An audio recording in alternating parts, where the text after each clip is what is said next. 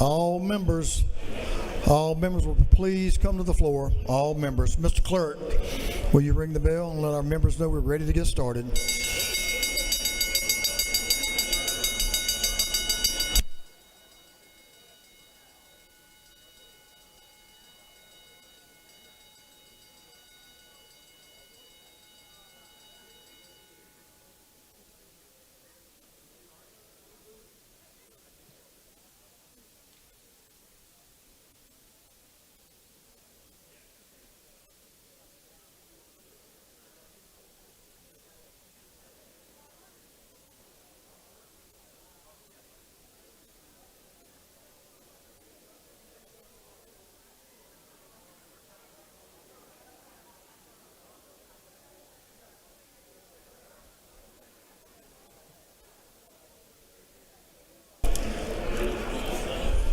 House will come to order. Mr. Clerk, will you read the caption to House Bill 579? House Bill 579 by Representative Reeves of the 99th and others to be entitled an act to amend Title 43 of the Official Code of Georgia annotated relating to professions and businesses so as revised provisions relating to licensure to engage in the practice of a profession, business, or trade in this state. This bill having been referred to the Committee on Appropriations, that committee recommends that this bill do pass by committee substitute.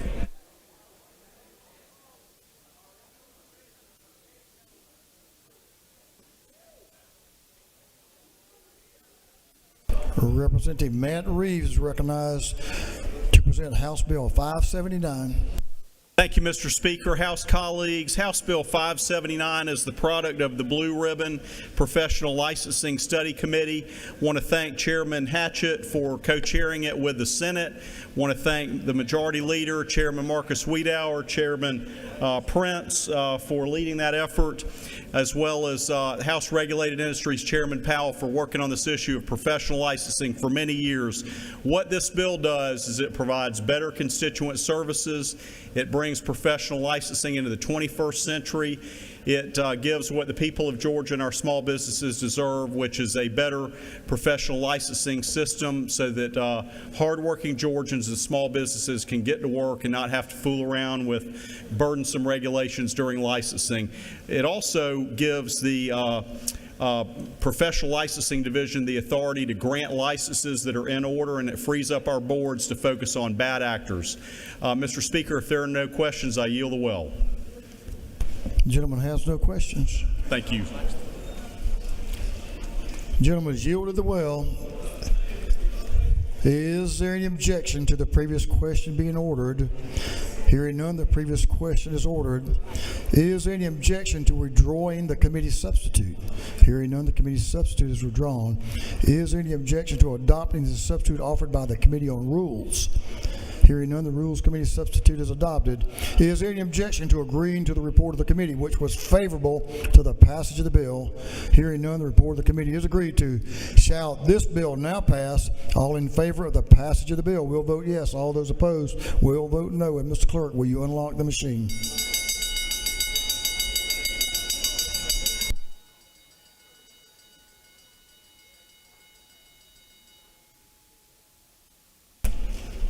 Have all members voted? All members voted? If so, Mr. Clerk, will you lock the machine? On the passage of House Bill 579, the yeas are 158, the nays are 2. This bill, having received the requisite constitutional majority, is therefore passed. Mr. Clerk, will you read the caption to House Bill 549? 549. House Bill 549 by Representative Seaball of the 34th and others to be entitled an act to amend Code Section 35.822 of the Official Code of Georgia annotated relating to reimbursement of training expenses by subsequent employer or peace officer. This bill having referred to the Committee on Public Safety and Homeland Security, that committee recommends that this bill do pass. Representative Seaball is recognized to present the bill, House Bill 549. Thank you, Speakers. Members of the House, I rise today to present House Bill 549. Under current Georgia law, a law enforcement agency may seek reimbursement for mandated training expenses when a peace officer is trained by one agency and hired away by another within 15 months of completing that training. Last year, the required mandating training was increased by 50% from 400 hours to 800 hours.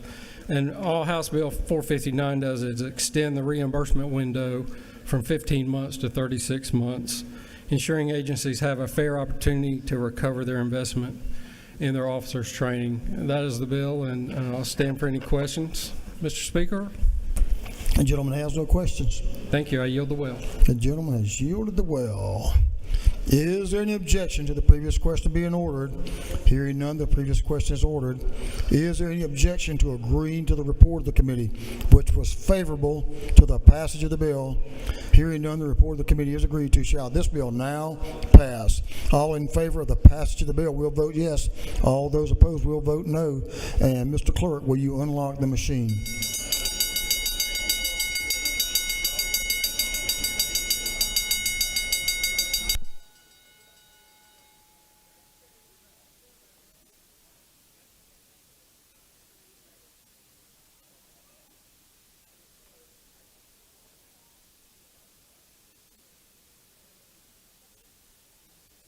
Have all members voted?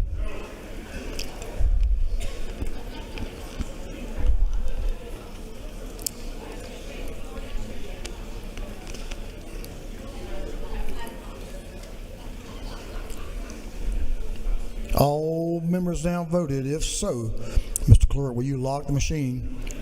On the passage of House Bill 549, the yeas are 164, the nays are 0. This bill, having received the requisite constitutional majority, is therefore passed. Mr. Clerk, will you read the caption of House Bill 150? House Bill 150 by Representative Fleming of the 114th be titled an act to amend Part 2 of Article 2, Chapter 3, Title 20 of the Official Code of Georgia annotated relating to the university system so as to require quarterly reports regarding certain funding received from individuals or entities related to China. This bill having referred to the Committee on Higher Education, that committee recommends that this bill do pass by committee substitute. Representative Fleming is recognized to present the bill. Representative Tim Fleming. Thank you, Mr. Speaker. Colleagues, I bring to you today House Bill 150. It is the Combating Threats from Foreign Countries of Concern Act for 2025 regarding higher education. Foreign countries of concern means a country whose government is designated as a foreign adversary by the United States Secretary of Commerce.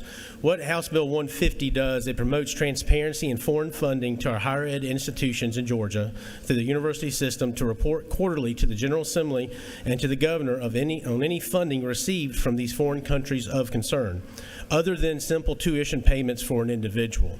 It requires the university system to track and report the type of funding, its source, and its amount, its purpose, and to document its basis.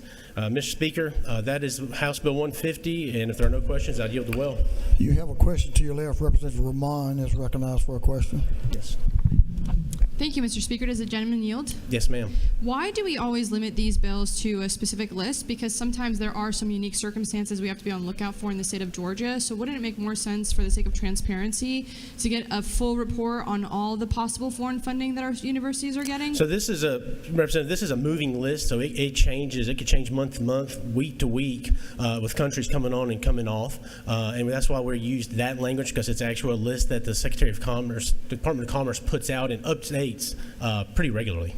Does the gentleman further yield? Yes, ma'am. Yeah, so I'm aware of how this list works. And my issue with it is that, one, like you mentioned, it does move around a lot, which creates uncertainty for creating these types of reports. And my concern is that when we are so narrowly focused on just one thing, we do risk missing other potential threats. So that's where my question is coming from. Thank you.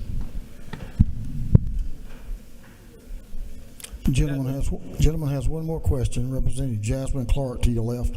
Yes, sir.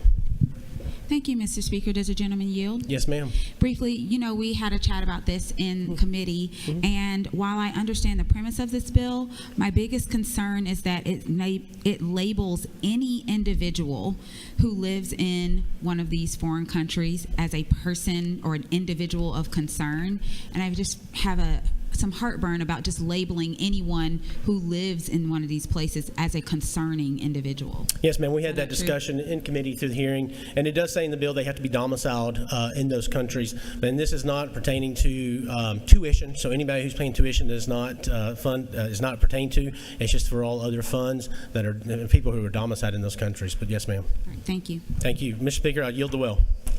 The gentleman has yielded the well. Is there any objection to the previous question being ordered? Hearing none, the previous question is ordered. Is there any objection to adopting the committee substitute? Hearing none, the committee substitute is adopted.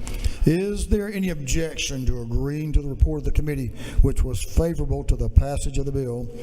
Chair hears none. The report of the committee is agreed to. Shall this bill now pass? All in favor of the passage of the bill will vote yes. All those opposed will vote no.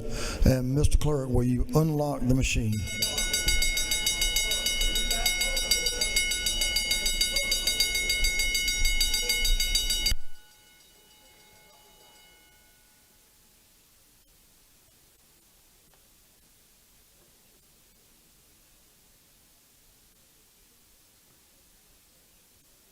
Have all members voted? All members voted.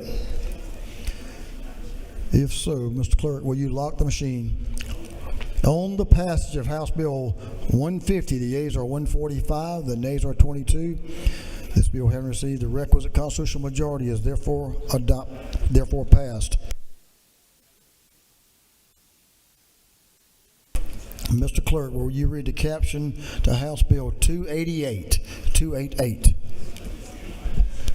House Bill 288 by Representative Gaines, and the 120th and others to be titled an act to amend Article 2, Chapter 6 of Title 5, Chapter 4, Chapter 9, Article 1 of Chapter 18, and Title 15, and Chapter 16 of Title 17 of the Official Code of Georgia annotated relating to appellate practice, declaratory judgments, prosecuting attorneys, and criminal trials. This bill having referred to the Committee on Public Safety and Homeland Security.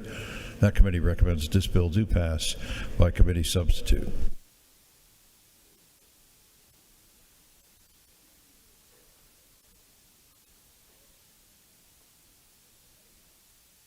Representative Houston Gaines is recognized to present House Bill 288.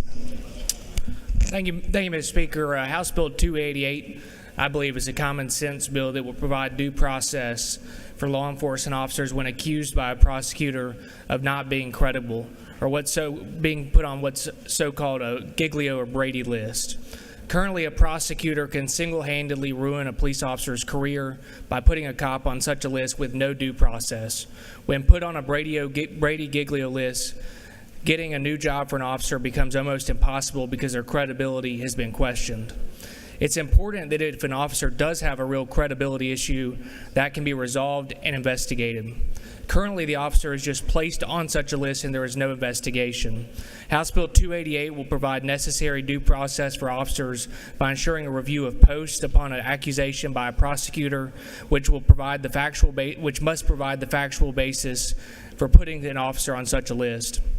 It also ensures an officer cannot be disciplined solely for being put on the list until an investigation has been resolved and the officer has been found to have acted improperly. The bill requires posts to be notified in the officer's employing agency, which will then be required to notify the officer. Currently, some officers don't even know if they're put on such a list.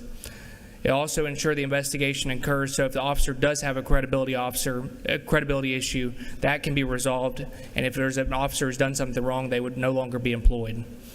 I will note that in its initial form, the prosecutors in the state had some concerns. We worked very closely with PAC to address those concerns. I believe we've crafted a piece of legislation that resolves those issues. And so I also want to say thank you to Representative Matt Reeves and Chairman Clint Crow, Chairman Tyler Paul Smith, who worked with us on this. Several states have recently addressed this issue. North Carolina, Iowa, and Minnesota are just a couple examples.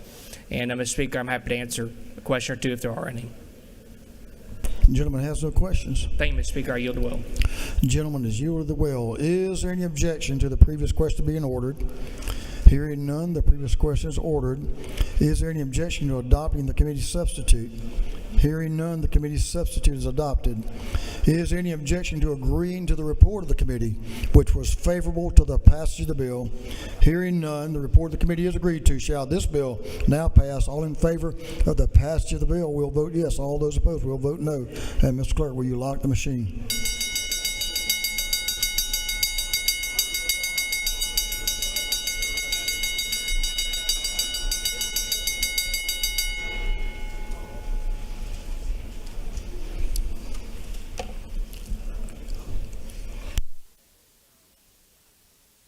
Have all members voted? All members voted. If so, Mr. Clerk, will you lock the machine? On the passage of House Bill 288, the yeas are 146, the nays are 20. This bill, having received the requisite constitutional majority, is therefore passed. Members, I'm going to take a speaker's moment here. I have a good friend who just came into the gallery of the House, Mr. John William Meeks, and his fourth and fifth grade class from down in Wayne County, Georgia. The gifted class is here visiting with us today, so let's make them welcome. Y'all stand up, let us see who you are. Stand up, John William.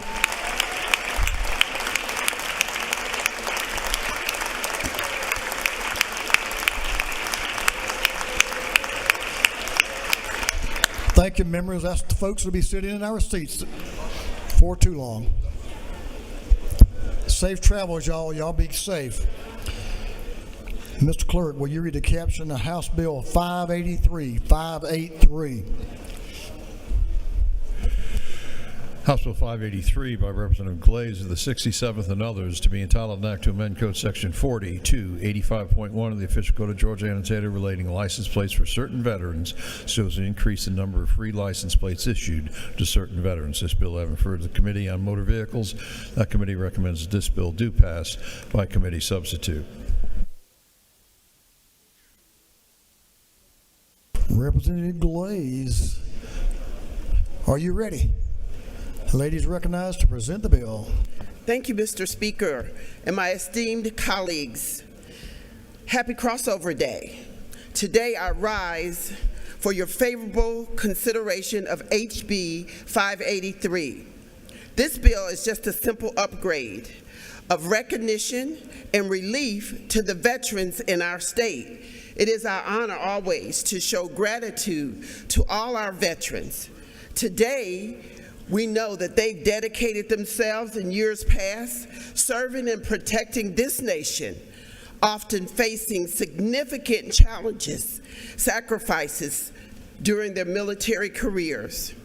In recognition of those who became disabled while serving, this bill will allow them to have a second free license plate, which they can use for their spouse, another vehicle, or a motorcycle. Caveat here, my husband is a disabled vet, and I'm in line behind the motorcycle if this passes to get a tag on my car. 40 years, I'm still second. This bill is supported by servicemen, women, retired veterans, disabled veterans, VSOs, VFWs, and other veteran organizations. I ask your favorable consideration of this second tag for our veterans. Mr. Speaker, I yield for questions. You have a question. I kind of thought I saw this one coming, but I wasn't sure. Representative Hefner to your left. Kind of thought she might have a question on this one. The lady's recognized. Thank you, Mr. Speaker. Does the lady yield? Yes. Would it not be my honor in my county to be able to advise the constituents that come in and ask, why can I only get one plate when we have two vehicles? This will allow that family the same security, and they can additionally still receive their handicap placard. Thank you for your work, madam. The military veteran knows of what she speaks. The lady did a great job. She has no further questions. Mr. Speaker, I yield the well. The lady has yielded well. Thank you for the bill. Is there any objection to the previous question being ordered? Hearing none, the previous question is ordered. Is there any objection to adopting the committee substitute? Hearing none, the committee substitute is adopted. Is there any objection to agreeing to the report of the committee, which was favorable to the passage of the bill? Hearing none, the report of the committee is agreed to. Shall this bill now pass? All in favor of the passage of the bill will vote yes. All those opposed will vote no. And Mr. Clerk, will you unlock the machine?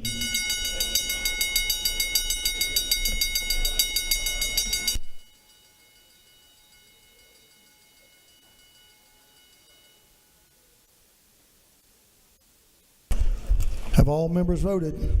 For what purpose does Chairman Prince rise? Mr. Speaker, pursuant to House Rule 133, I ask to be excused from this vote. The gentleman has that privilege. The record will so reflect. Have all members now voted? If so, the clerk will lock the machine.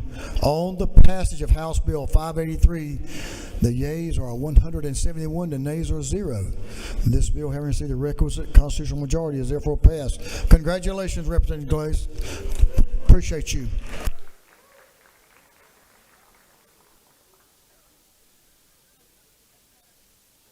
Mr. Clerk, will you read the caption of House Bill 484? 484. House Bill 484 by Representative Yurda, the 152nd and others, to be entitled an act to amend Title 28 of the Official Code of Georgia annotated relating to General Assembly so as to provide for the digitization and electronic publication of the Georgia laws. This bill having referred to the Committee on Code Revision. That committee recommends that this bill do pass.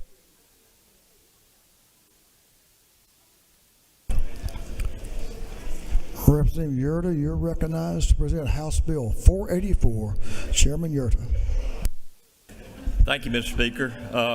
Today I bring you House Bill 484, which is for the Georgia law books, which are the tan books in your office rather than the black code books. What this bill does is allow the books to be published in either hard copy form or digital form. And maintaining the digital option can improve accessibility to everyone.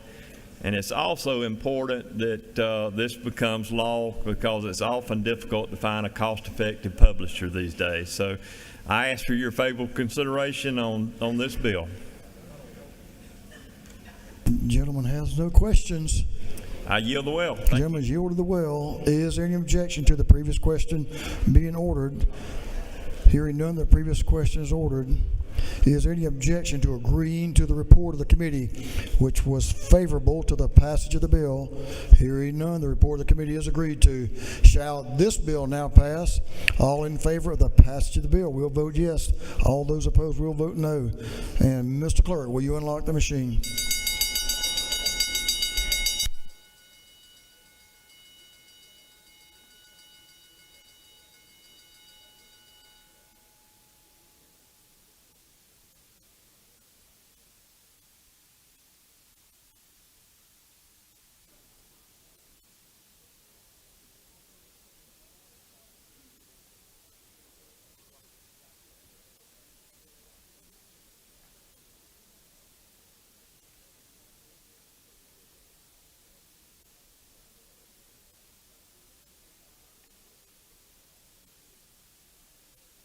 Have all members voted?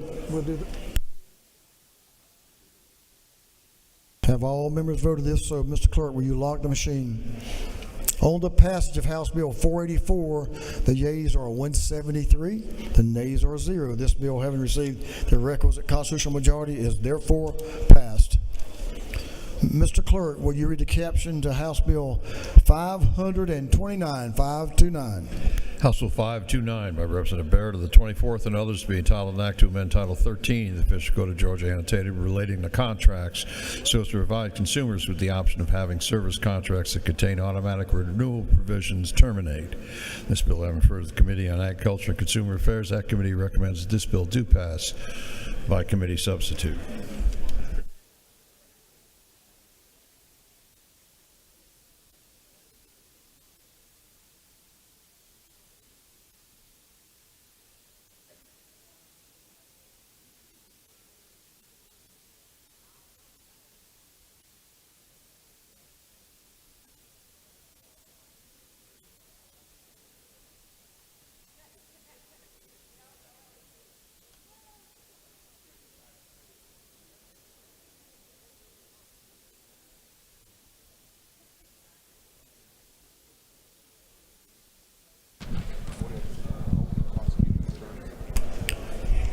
I'm going to recognize the majority leader for a motion on this bill, on House Bill 529. Why does the gentleman, for what purpose is Gentleman Rex? Make a motion. State your motion. Mr. Speaker, I move that House Bill 529 be recommitted to the Rules Committee.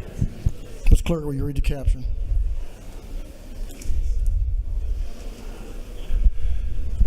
House Bill 529 by Representative Barrett of the 24th to be entitled an act to amend Title 13 of the Official Code of Georgia annotated relating to contracts so as to provide consumers with the option of having service contracts that contain automatic renewal provisions terminate. On the gentleman's motion that House Bill 529 be recommitted to the Rules Committee, is there objection? Hearing none, it is so ordered.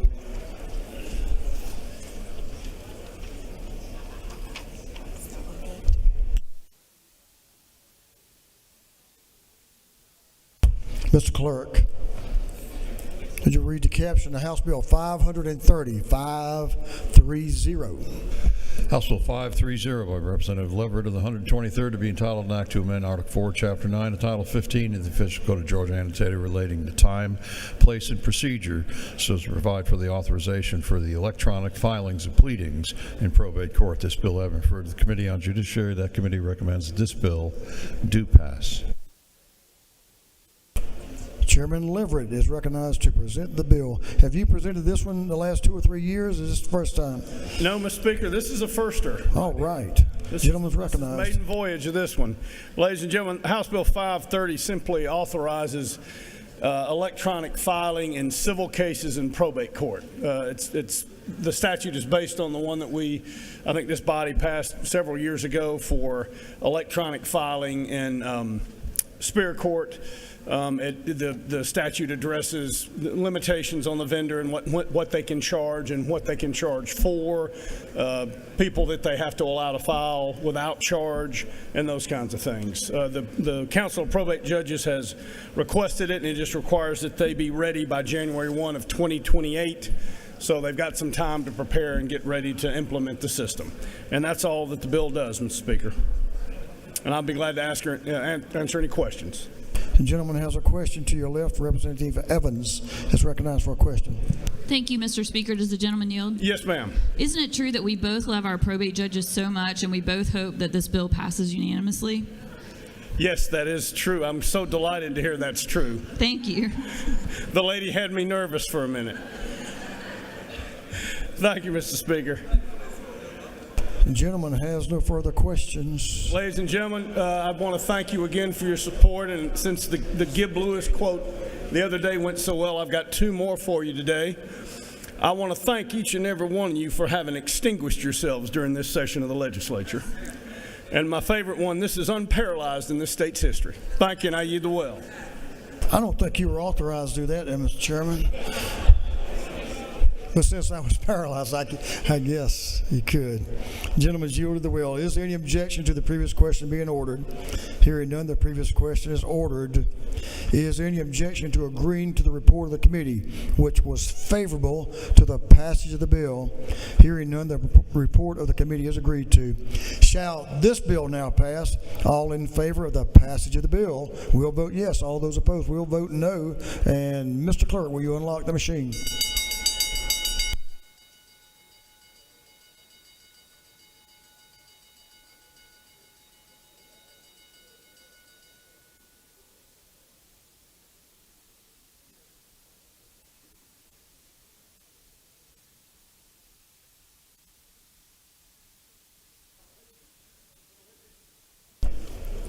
Have all members voted?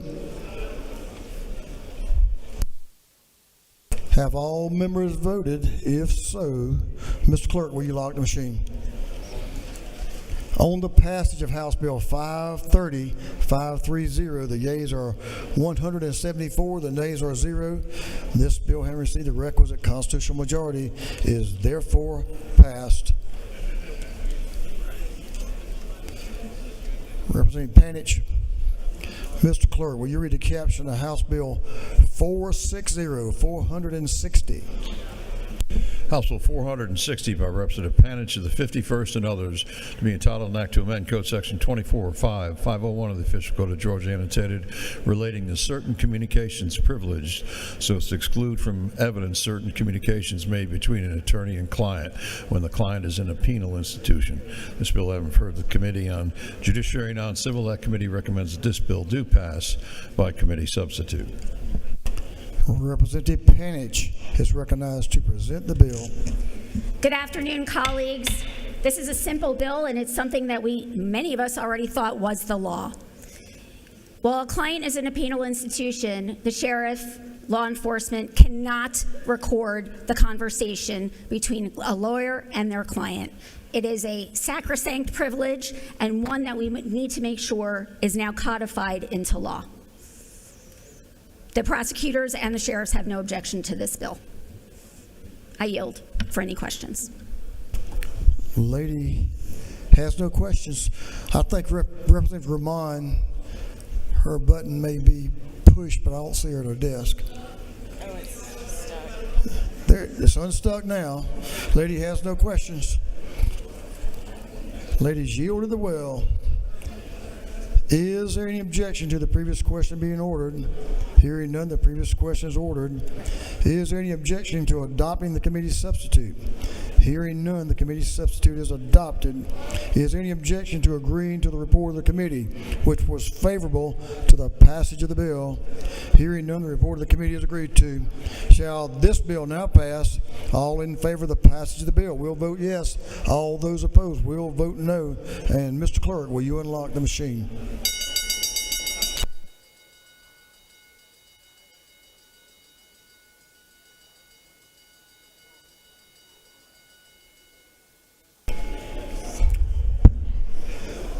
Have all members voted? For what purpose, Representative Roberts rise? Parliamentary inquiry.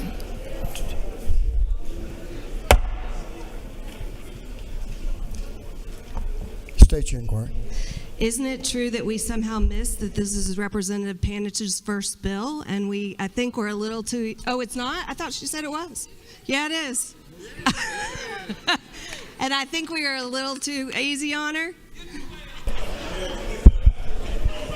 I saw that hamburglar outside, so Representative Panich came in and burglarized the well there and got out. I'm going to ask the representative to come back up and join me up front. Well, can I do that, Mr. Clerk?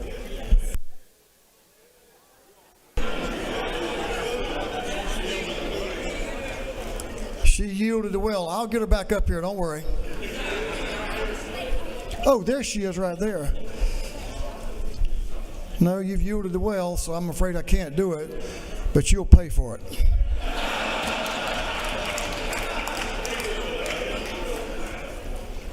I know rules will be made to be broken, but I'm not going to break this one, Mr. Whip. The lady has yielded the well. Have all members voted? It's getting closer all the time. Have all members voted? If so, Mr. Clerk, will you lock the machine?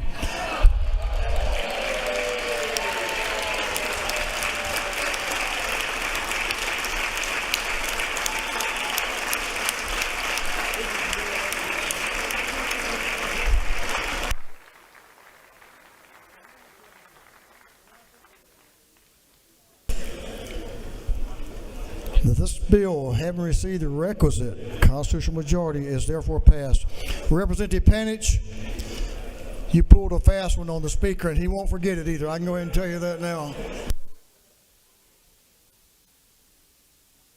Mr. Clerk, will you read the caption of House Bill 647.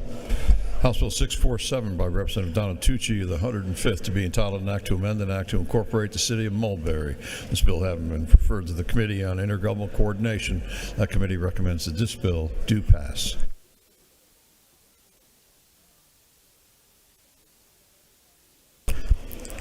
Representative Donna Tucci is recognized to present the bill. Representative Donna Tucci. Thank you, Mr. Speaker, members. Thank you for hearing this bill today. This bill is about annexing 45 small parcels into Mulberry. All of these parcels are in my district. My background is in land use. I served as a county planning commissioner. When I was running for office, one of the most frequent complaints raised by voters to me, besides inflation, was the issue of growth in Gwinnett County. Specifically, high-density apartments and the rapid pace of growth and overburdening local infrastructure. The city of Mulberry was born out of this frustration and the request of the people, giving citizens within the city local control over planning and zoning. Now that I've been elected, I can do something to help give my constituents more control over growth in our community. This annexation bill simply allows the city of Mulberry to expand into my district, adding roughly 45 parcels to the city limits. These parcels are a mix of residential dwellings, commercial properties, and undeveloped land, primarily located along one road on the north end of my district. Moving these parcels into the city of Mulberry will allow my constituents to have a greater local voice over how this land is developed and used in the future, allowing decisions to be made by 5 locally elected city councilmen rather than a majority of county commissioners who do not live in the community. Mr. Speaker, I yield for any questions. You have one question to your right up the center aisle. Representative Gamble is recognized for a question. Thank you, Mr. Speaker. Does the gentlelady yield? I do. Just for clarification, the city of Mulberry doesn't have anything to do with the palmetto berry, does it? It does not. All right, thank you. I think this is the first time I've seen the lady in the well, I believe, isn't it? No. Oh, it's not the first time I've seen it. Just checking. Representative Washburn to your left is recognized for a question. Way to your left. To the ante room door. Thank you, Mr. Speaker. Yes. Will the gentlelady yield for a question? I do. Is this your first time in the well to present a bill? It is my first time to present a bill, yes. Okay. Will you yield for another question? I do. Are there any mulberry bushes in the city of Mulberry? There used to be. Thank you. We're going to take a couple more questions for the lady from Mulberry, and then we have a couple of folks that want to speak to the bill. For what purpose? No, let's see. Chairman Stevens is recognized for a question. Thank you, Mr. Speaker. Way over to your left. As I recall, Barney Fife is from Mayberry. Is that not true? Does he live in your town? He used to. Uh-oh. The gentlelady, thank you. Thank you. I think he was author of the bill last year. But, lady, yield for another question? For one more, Mr. Speaker. Representative Martin to your right. Former mayor of a small city that's grown to be a big city is recognized for a question. Lady Yule? I do. Is it true? I appreciate the questions and them kidding you a little bit about the name of the city, but this is a serious question. Isn't it true what the lady's trying to do is bring government closer to the people, and you can do this without an increase in their taxes? Yes, it is. Thank you. Mr. Speaker, I yield the well. Lady proceeds like a veteran. She's yielded the well. Good move. So we do have a couple of folks to speak in opposition. I'm going to give them 7 minutes each to speak to the bill. Up to 7 minutes. You don't have to take that long. Representative Jasmine Clark is recognized to speak to the bill, HB 647. Give the lady your attention, please. Good afternoon, colleagues. Today I rise in opposition to House Bill 647. As the chair of the Gwinnett delegation, my concerns about this bill are based on procedure and precedence. Let's be clear, House Bill 647 is a hyper-local bill that annexes certain county properties into the city of Mulberry. If you remember, the city of Mulberry was created when the cityhood process that normally takes about 2 years was expedited through this chamber and took only 20 days in the last legislative session, to the objection of the majority of the Gwinnett delegation. During debate, we stated that when you rush the process, it will lead to issues, and alas, here we are. Less than a year later, and we are seeing bills that try to annex additional properties. And hey, I get it, annexations happen. But in Gwinnett County, we have a very specific delegation process in order to maintain the integrity of the local legislative process. And we have successfully used that local process for other annexations, including this year, where we are doing some annexation in the city of Lawrenceville. Our process is quite simple. The city and the county go to the table and negotiate about the properties to be annexed. When negotiations are complete, the city and the county notify the members of the delegation. Legislation is drafted by legislative council, and then in a bipartisan manner, a majority of our delegation members sign the bill. It then goes through the local legislation process of the Intergovernmental Coordination Committee.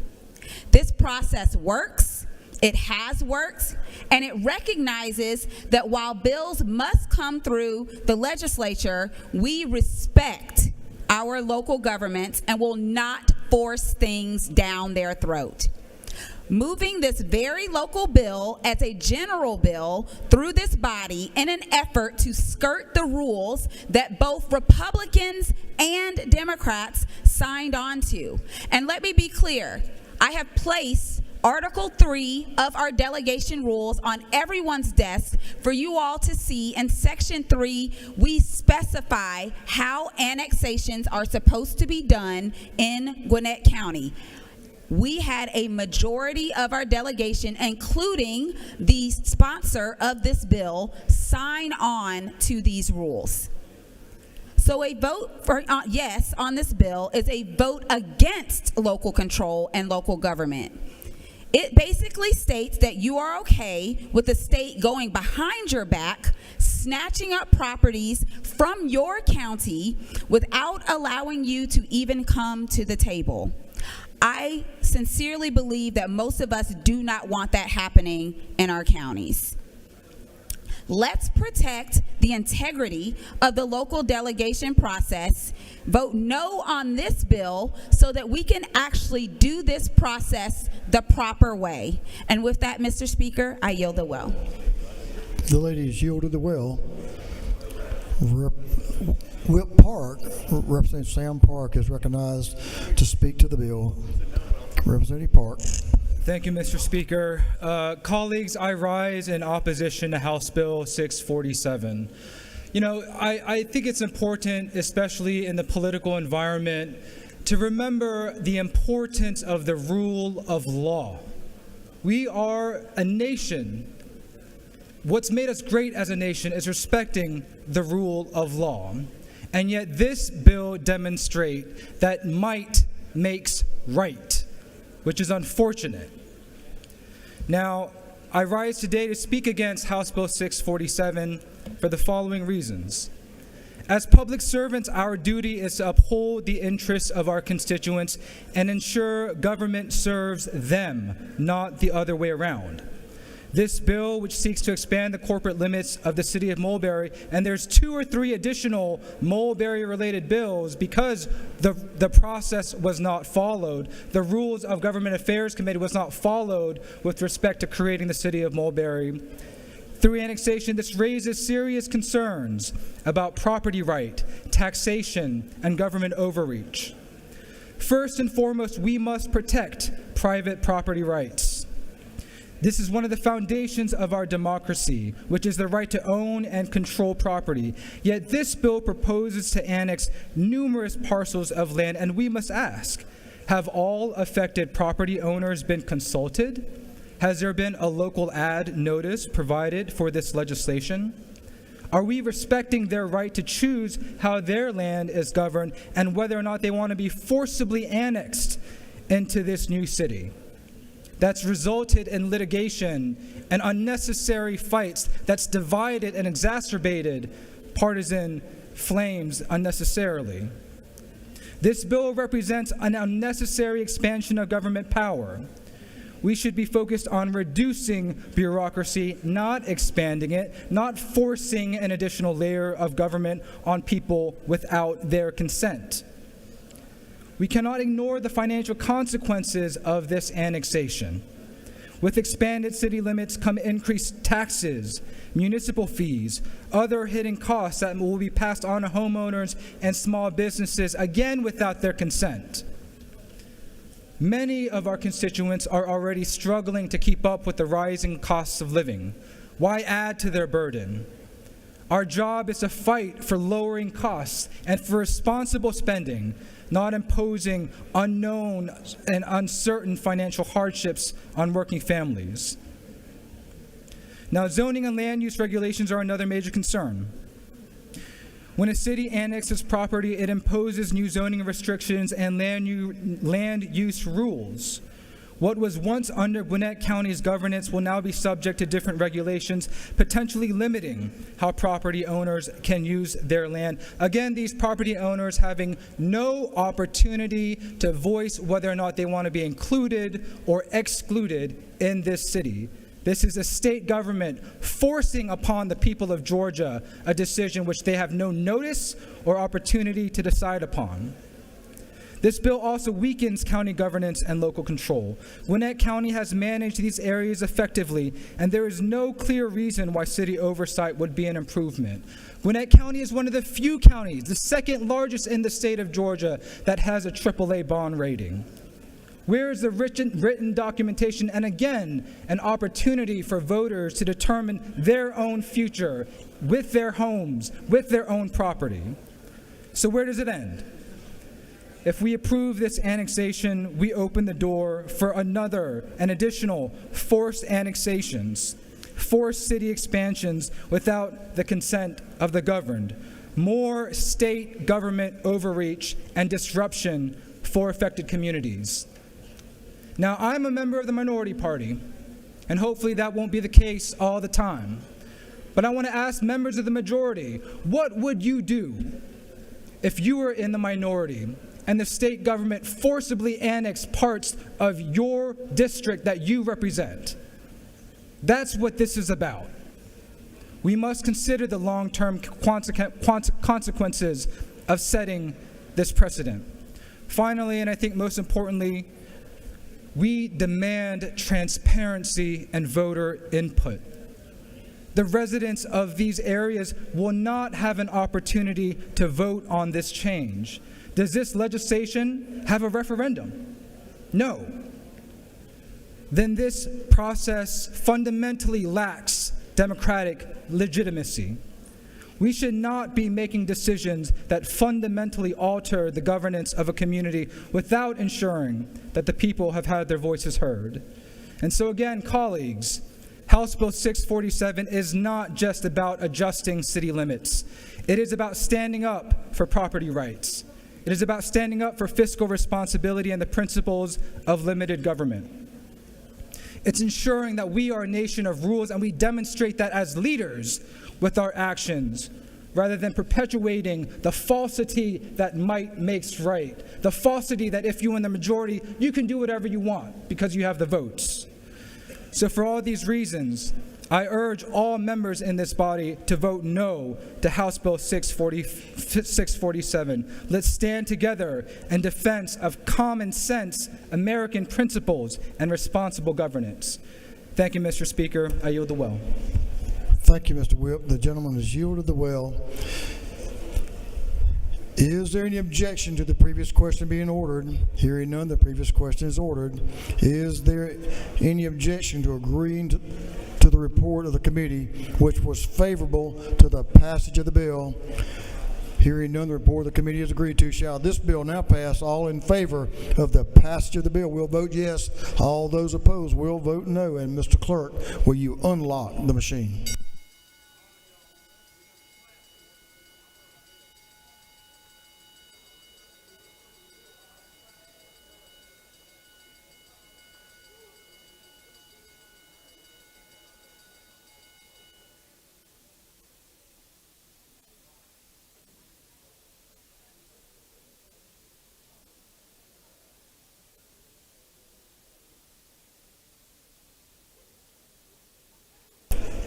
Have all members voted?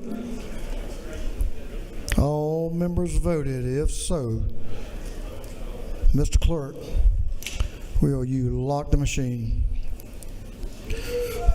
On the passage of House Bill 647, the yeas are 98, the nays are 76. This bill, having received the requisite constitutional majority, is therefore passed. All right, here's our posture, members. This House is going to stand in recess until 3:30 p.m. today. Think y'all can? Mr. Chairman, I'm going to recognize you. You think you can get your work done by 3:15? That would be better if you can. Okay, let's revise that plan. Best laid plans of mice and men. This House will be back in action at 3:15. 3:15. Rules Chairman is recognized for an announcement. The Rules Chairman recognized for an announcement. Give the gentleman your attention. Thank you, Mr. Speaker. I'd like to inform the Rules Committee. We're going to be having a Rules Committee meeting at 3 o'clock. 3 o'clock. See you in room 341. Thank you. Rules Committee at 3 o'clock. We're back here to go back to work at 3:15. This House will stand in recess until 3:15.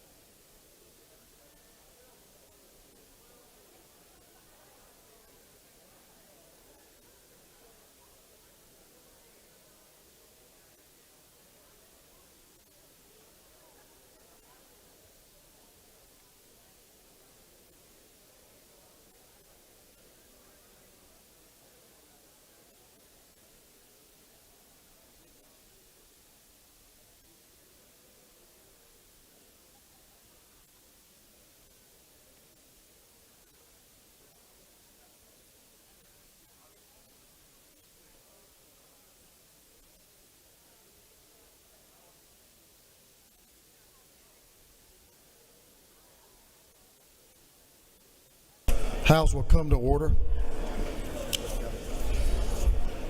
House will come to order. Mr. Clerk, will you read the caption to House Bill 370? 370. House Bill 370 by Representative Gaines of the 120th and others to be entitled an act to amend Code Section 48534, the official code of Georgia annotated relating to ad valorem property tax bill form, so as to require the property tax bill for any school district that opts out of the statewide base year homestead exemption to state the total amount of the school district's reserve funds.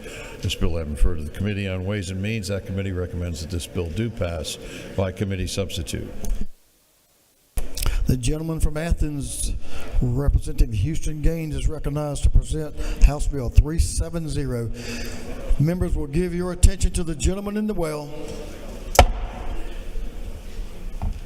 Thank you, Mr. Speaker. House Bill 370 is a taxpayer transparency piece of legislation that will ensure if a local government, whether it's municipality, county, or school board, voted to opt out of House Bill 581, the constitutional amendment that the voters overwhelmingly approved in November, that passed in all 159 counties in this state, and almost unanimously approved by this body and by the Senate, that if they opted out of House Bill 581, that they would have to put on property owners' tax bill that local government, specifically the board, either the county commission, school board, or otherwise, voted to opt out of homeowner tax relief, the date of the vote, and the phone number that concerned citizens can call to share feedback on that decision.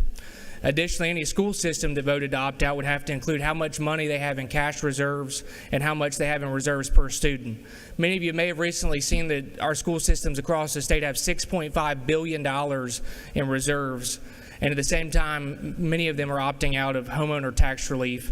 And relief that I'll note, that it's important to note, I think that this is not going to decrease revenues. Instead, it would slow the growth in revenue. And again, it's common sense legislation that will help homeowners across this state so they can know how much, limit the increase in their assessed value of their homes. And so, Mr. Speaker, that's what the bill does. I do think it's important to note that any local government that already has a similar homestead exemption, or if they have a 100% senior exemption, will be exempt from this piece of legislation. Mr. Speaker, I'm happy to answer any questions. Gentleman has a question. Then we do have a speaker on the bill that's opposed. To your left, Representative Park Cannon is recognized for a question. Thank you, Mr. Speaker. Do you yield? I do.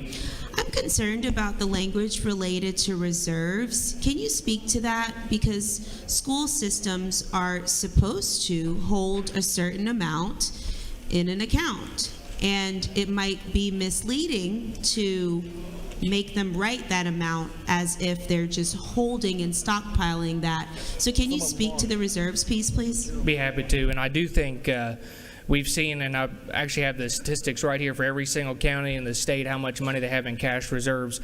Over the last 5 years, the amount of reserves has doubled for our school systems combined. And so certainly I agree. I think there's an appropriate amount. But when you see $6.5 billion statewide in reserves, I certainly think that property owners and homeowners would find that to be unacceptable when they're opting out of simple homeowner property tax relief. Do you further yield? Sure.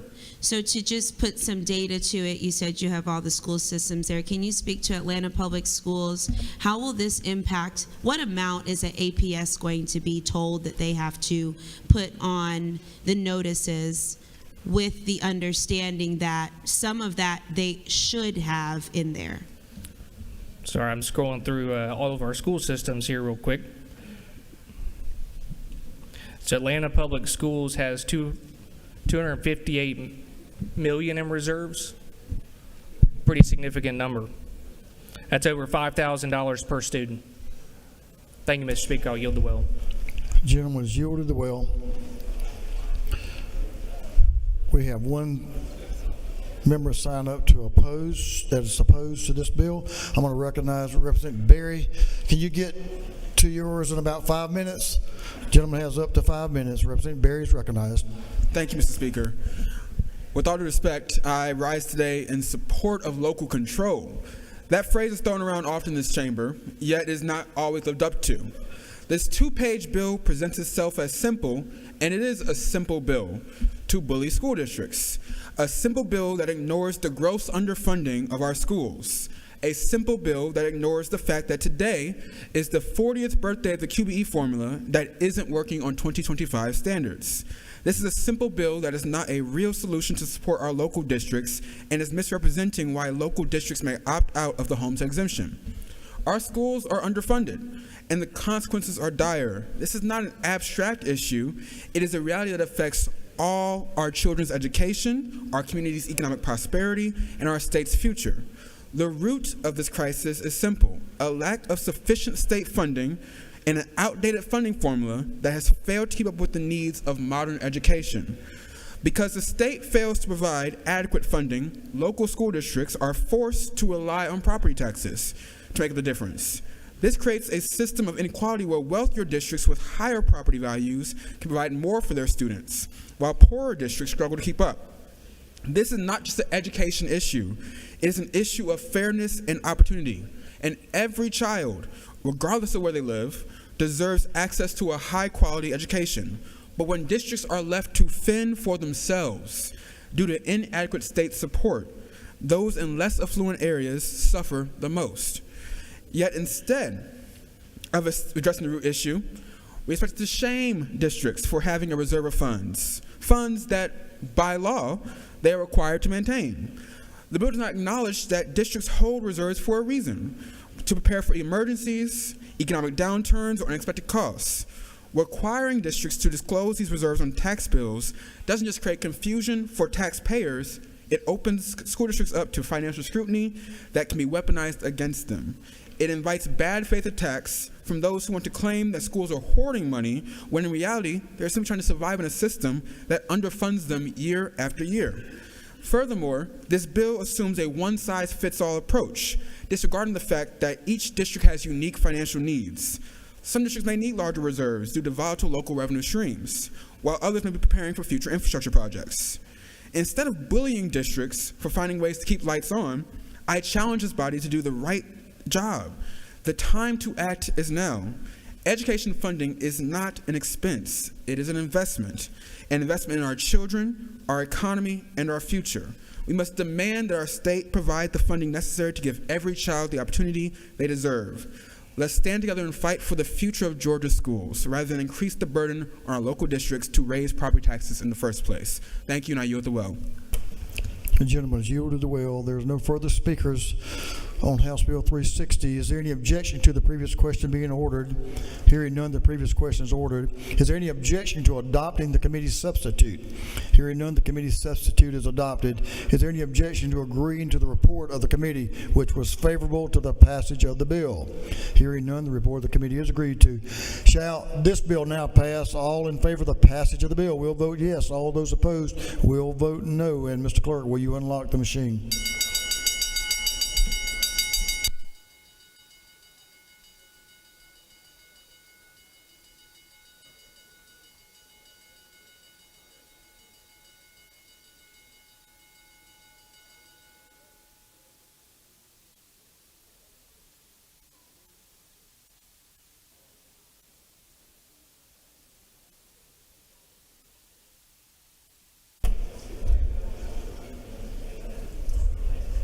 Have all members voted? For what purpose does Representative Wade rise?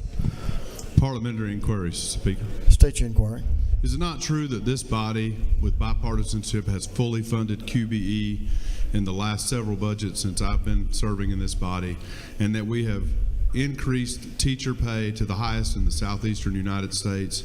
And does this also recognize that school boards, counties, and cities still have the ability to raise their millage rate if their needs exceed that of their assessment growth for their total digest? Is this not true, sir? The gentleman knows of what he speaks. He comes from that life and that management before he came here. Have all members now voted? If so, Mr. Clerk, will you lock the machine? On the passage of House Bill 370, the yeas are 96, the nays are 77. This bill, having received the requisite constitutional majority, is therefore passed. Mr. Clerk, will you read the caption of House Bill 360, 360? House Bill number 360 by abstraction of the 104th to be entitled an act to amend Article 2 of Chapter 7 of Title 48 of the Official Code of Georgia Annotated related to income tax imposition rate, computation, exemptions, and credits so as to revise the tax credit for the rehabilitation of historic structures. This bill having referred to the Committee on Ways and Means, that committee recommends that this bill do pass by committee substitute. Representative Estration is recognized to present the bill. Mr. Leader. Thank you, Mr. Speaker. Ladies and gentlemen of the House, I bring to you HB 360, designed to jumpstart development in downtown Atlanta in 2025 and 26. Prior to the World Cup beginning in June of next year, many of you are familiar with the Georgia Historic Rehabilitation Tax Credit, which has long supported the revitalization of historic structures by encouraging private investments in historic buildings. This legislation will encourage the development of downtown Atlanta through historic projects from those who are currently in line to receive the historic tax credits over the next few years, if in these developments they're able to obtain a certificate of occupancy that's complete their projects by 2026. And important to note, this does not increase the cap on the historic tax credits. I'd ask for your favorable consideration, and Mr. Speaker, I'm happy to answer any questions. The gentleman has no questions. I yield the well. The gentleman has yielded the well. Is there any objection to the previous question being ordered? Hearing none, the previous question is ordered. Is there any objection to adopting the committee substitute? Hearing none, the committee substitute is adopted. Is there any objection to agreeing to the report of the committee, which was favorable to the passage of the bill? Hearing none, the report of the committee is agreed to. Shall this bill now pass? All in favor of the passage of the bill will vote yes. All those opposed will vote no. And Mr. Clerk, will you unlock the machine?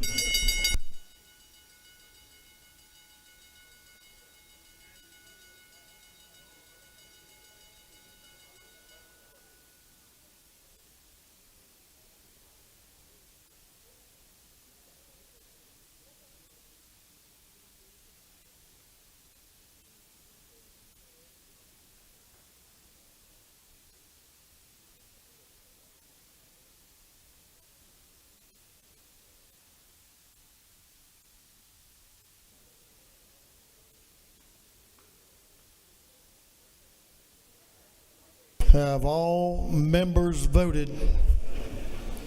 All members voted, if so. Mr. Clerk, will you lock the machine? On the passage of House Bill 360, the yeas are 168, the nays are 3. This bill, having received the requisite constitutional majority, is therefore passed.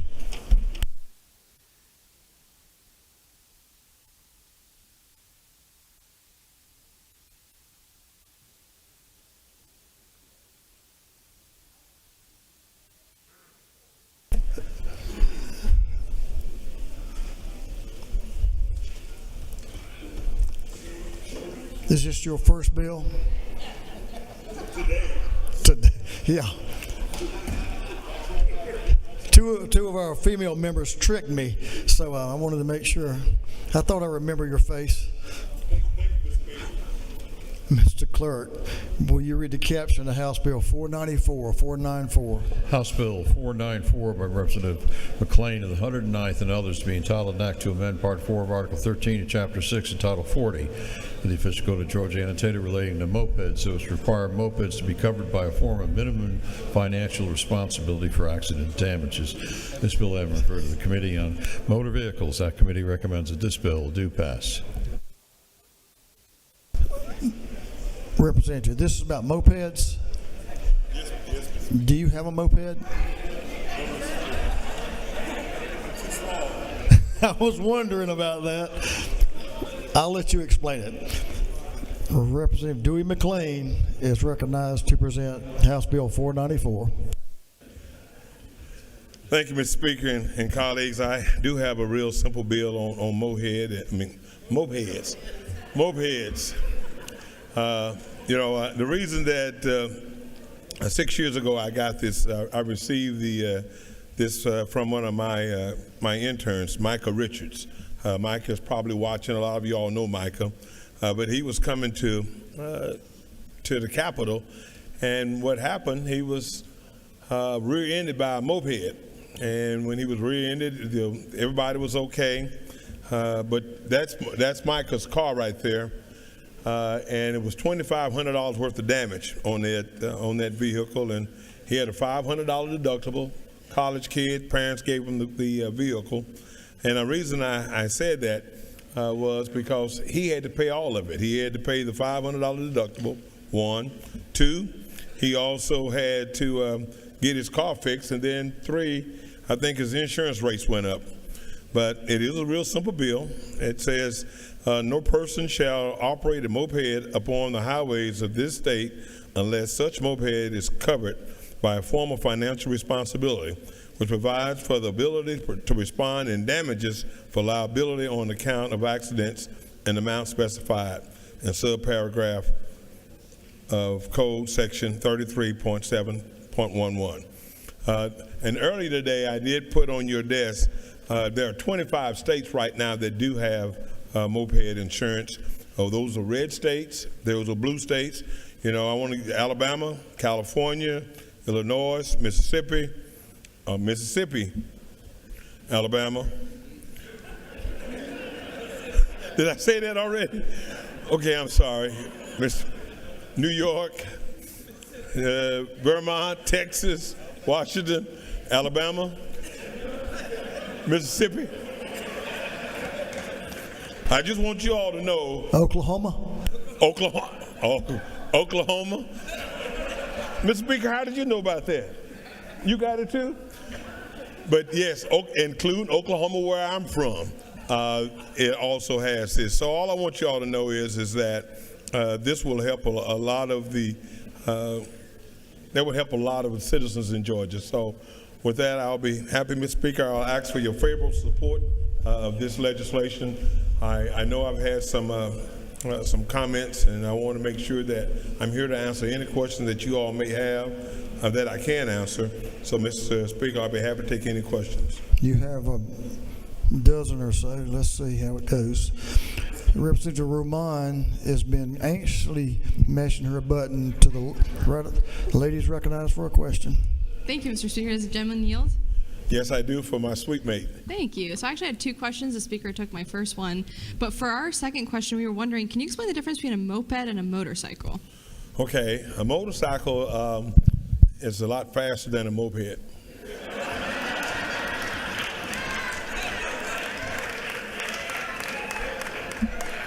I mean,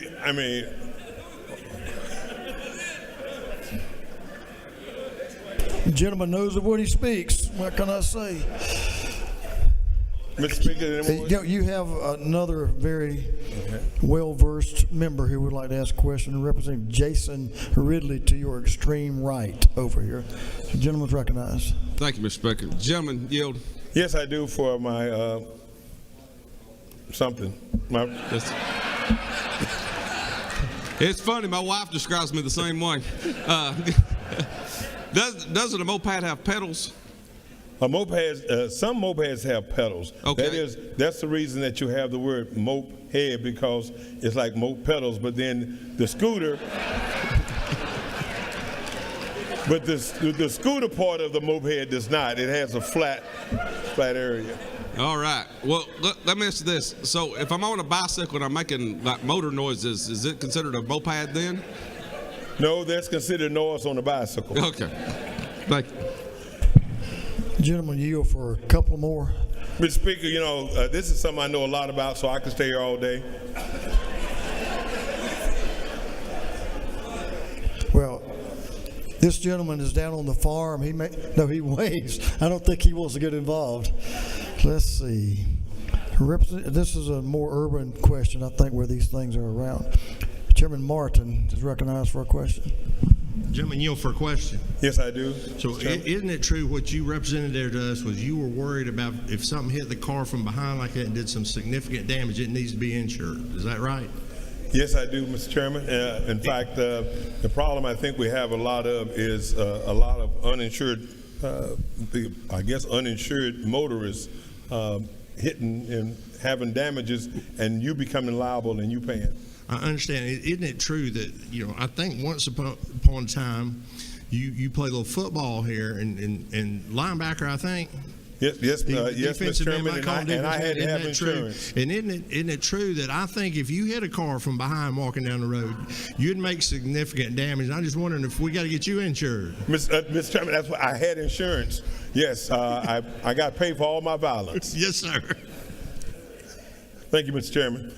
Mr. Speaker, if there's no other question, I do ask for a favorable support for this, and I know Mike is watching, and he's in Maryland watching. So, Micah, we've taken Micah's car down, but thank you all, and Mr. Speaker, I do yield the well. Thank you, Representative McLean. We had a little fun, but this is serious. It could cost somebody some dollars, so we appreciate you bringing the bill. Gentlemen's yield to the well. Is there any objection to the previous question being ordered? The chair hears none. The previous question is ordered. Is there any objection to agreeing to the report of the committee, which was favorable to the passage of the bill? Hearing none, the report of the committee is agreed to. Shall this bill now pass? All in favor of the passage of the bill will vote yes. All those opposed will vote no. And Mr. Clerk, will you unlock the machine?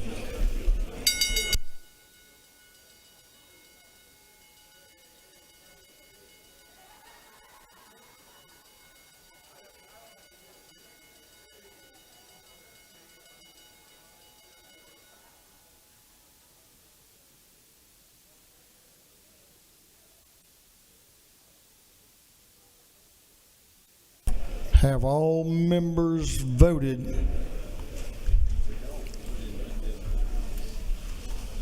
For what purpose does Representative McLean rise? Parliamentary inquiry. If you could.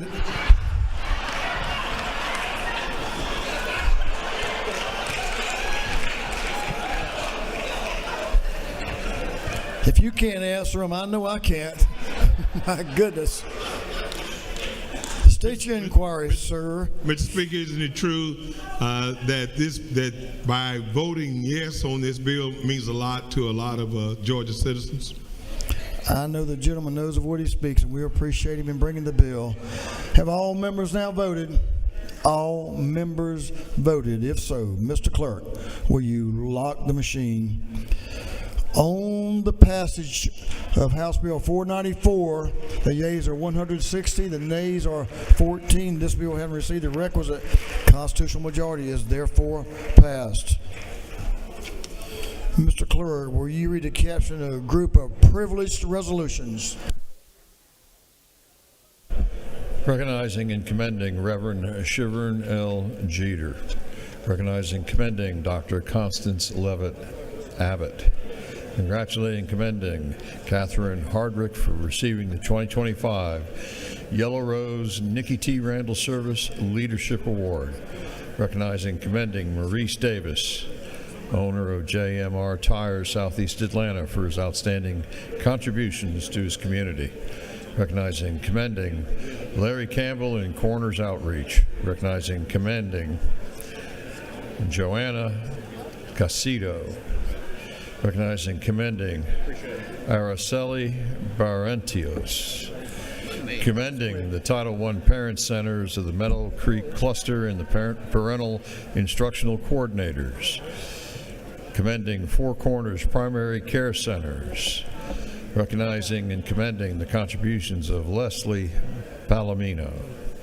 Recognizing and commending Dr. Young Ha Kim and the Community Resource Corporation. And for other purposes, that completes the reading of the privileged resolutions.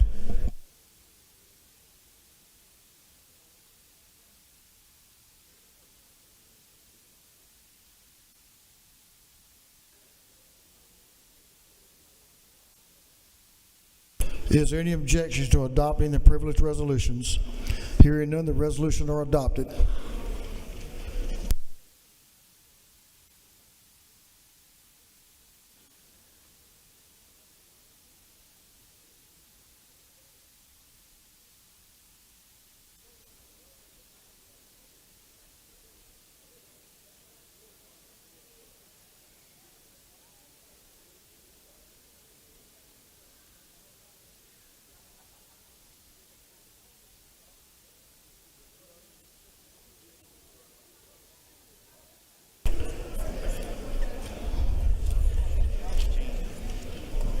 Members, we have our supplemental rules calendar.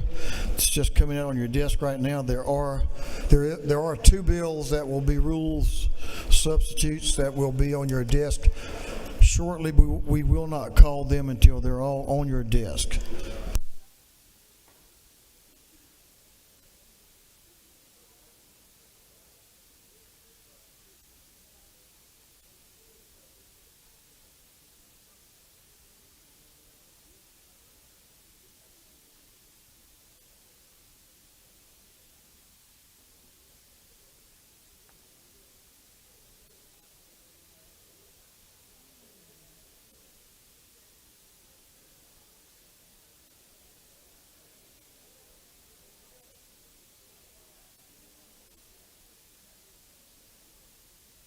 Members, while everyone's in the room, I'm going to recognize we're still on the rules calendar, but we're going to take a little sidetrack and recognize the Chairman of Appropriations, Chairman Hatchett, for an announcement while everyone's here. Chairman Hatchett. Thank you, Mr. Speaker. The Appropriations Committee and their subcommittees will be meeting at 9 a.m. Monday morning in room 341. We have a very important piece of legislation to get out of committee.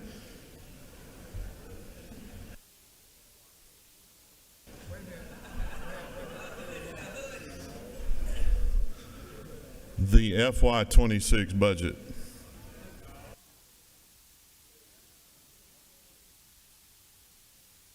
We didn't even get a break from you in there. You guys are working again on the budget. Sounds good. Mr. Clerk, will you read the caption to House Bill 614? House Bill 614 by Representative Jones of the 47th and others to be entitled an act to amend Code Section 2510(2) of the Official Code of Georgia Annotated relating to prohibited fireworks activities and application of noise ordinances so as to authorize local governments to prohibit the use or ignition of consumer fireworks in the proximity to certain facilities housing equines. Bill having referred to the Committee on Agriculture and Consumer Affairs. That committee recommends that this bill do pass. The pro tem of this House, Representative Jan Jones, is recognized to present House Bill 614. Thank you, Mr. Speaker. This bill is a little bit of a departure for me, but I would appreciate your favorable consideration of House Bill 614. It would allow a city or a county to adopt a local ordinance to prohibit fireworks within 100 yards of a commercial facility housing equines in a confined area. It would help to mitigate the deleterious effects of loud, sudden noises on horses, which, when spooked, oftentimes run into fences and have to be put down. It's particularly a concern for our suburban and exurban horse farms that are being crowded out by growth. And in code already, there are about 17 uses that have this same 100-yard restriction. This would add another restriction to that list, but it would be the only one that requires passage of a local ordinance. I did that so that it would not affect the rest of the state unless your city or county found this to be an issue and chose to put it in place. That's what the bill does. I'm happy to answer any questions. The lady has no questions. And I appreciate your favorable consideration. Ladies yielded well. Is there any objection to the previous question being ordered? Hearing none, the previous question is ordered. Is there any objection to agreeing to the report of the committee which was favorable to the passage of the bill? Hearing none, the report of the committee is agreed to. Shall this bill now pass? All in favor of the passage of the bill will vote yes. All those opposed will vote no. And Mr. Clerk, will you unlock the machine?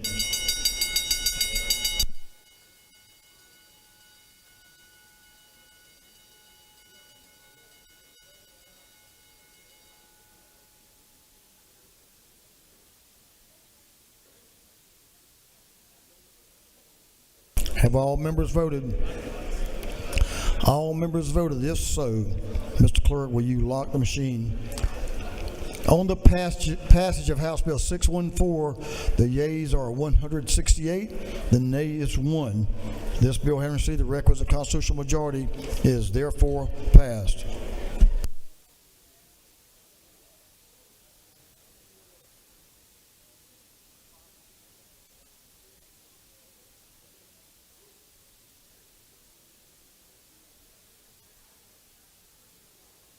Mr. Clerk, will you read the caption of House Bill 513?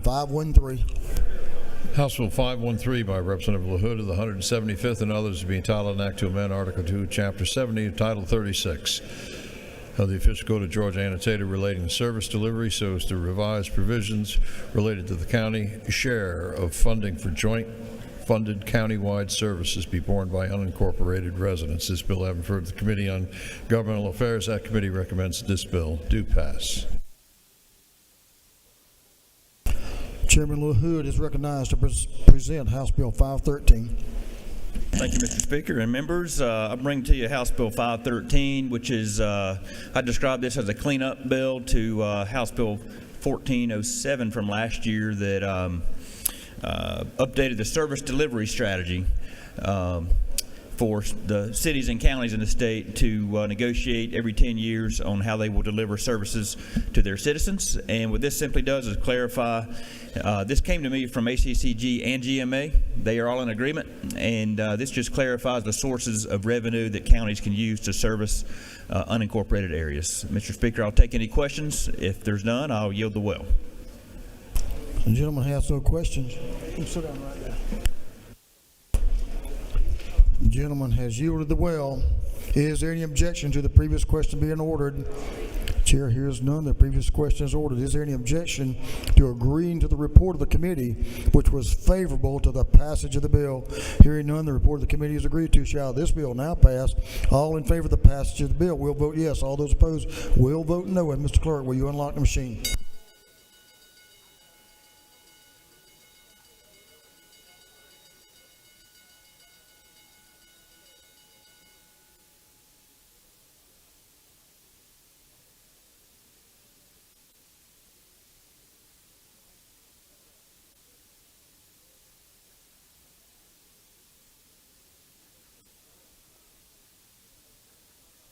Have all members voted?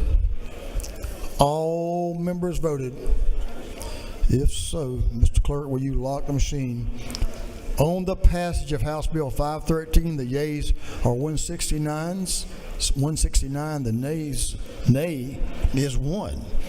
This bill, having received the requisite constitutional majority, is therefore passed.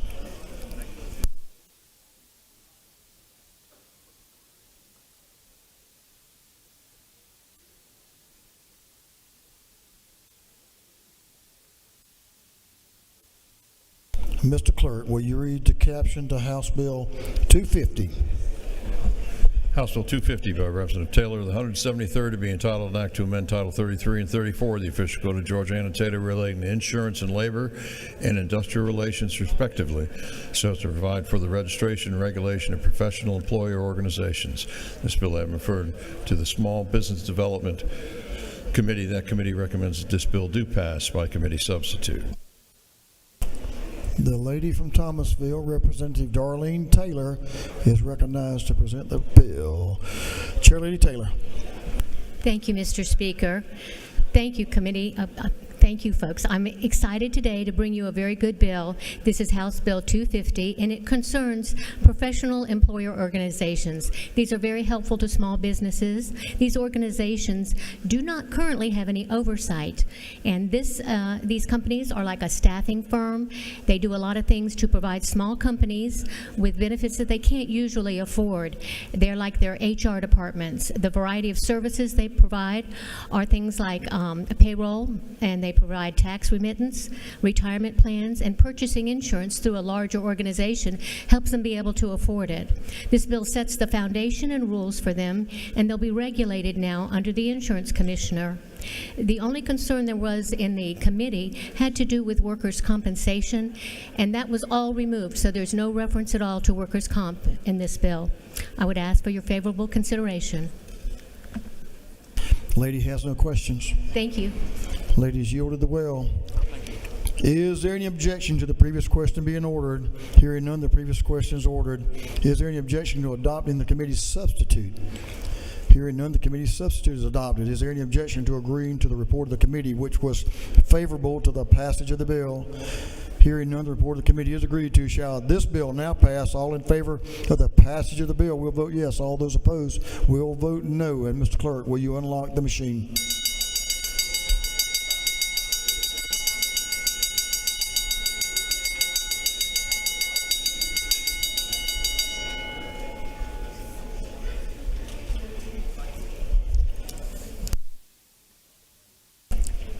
Have all members voted? I got you. Take your time.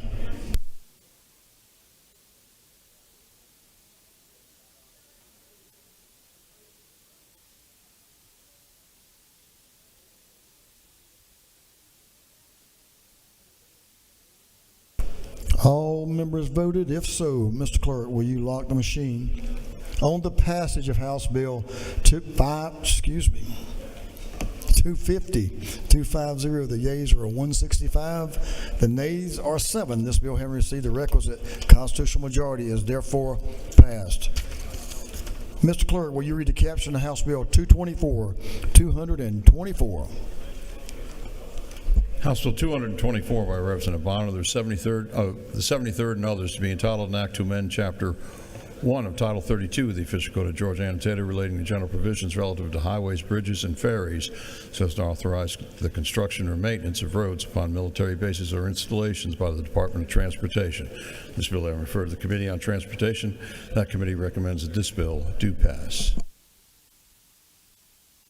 Chairman Bonner is recognized to present the bill. Thank you, Mr. Speaker. Colleagues, I bring you House Bill 224. This is a measure that was brought to us by the leadership of Fort Stewart. This would simply allow the Georgia Department of Transportation through the state of Georgia to enter into a regional intergovernmental support agreement with the Department of Defense so that the DOT could do work on our military installations in Georgia. This will allow work to be done that much more efficiently and will also allow state vendors to do that work. That's the bill, Mr. Speaker. I'll be happy to stand for any questions. The gentleman has a question to your left. Representative Hefner is recognized for a question. Thank you, Mr. Speaker. Does the gentleman yield? I do. Is it not true that my first duty station was Fort Stewart, Georgia, sir? The lady knows what she speaks. Thank you very much for bringing this bill. Thank you. With that, Mr. Speaker, I'll yield the well. The gentleman's yielded the well.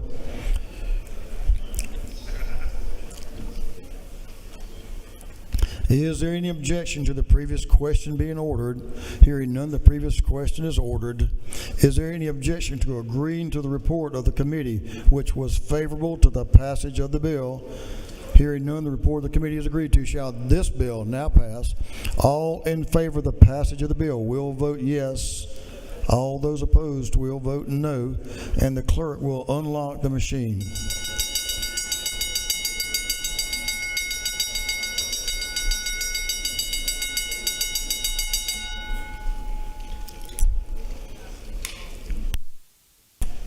Have all members voted? All members voted. If so, Mr. Clerk, will you lock the machine? On the passage of House Bill 224, the yeas are 172, the nays are 0.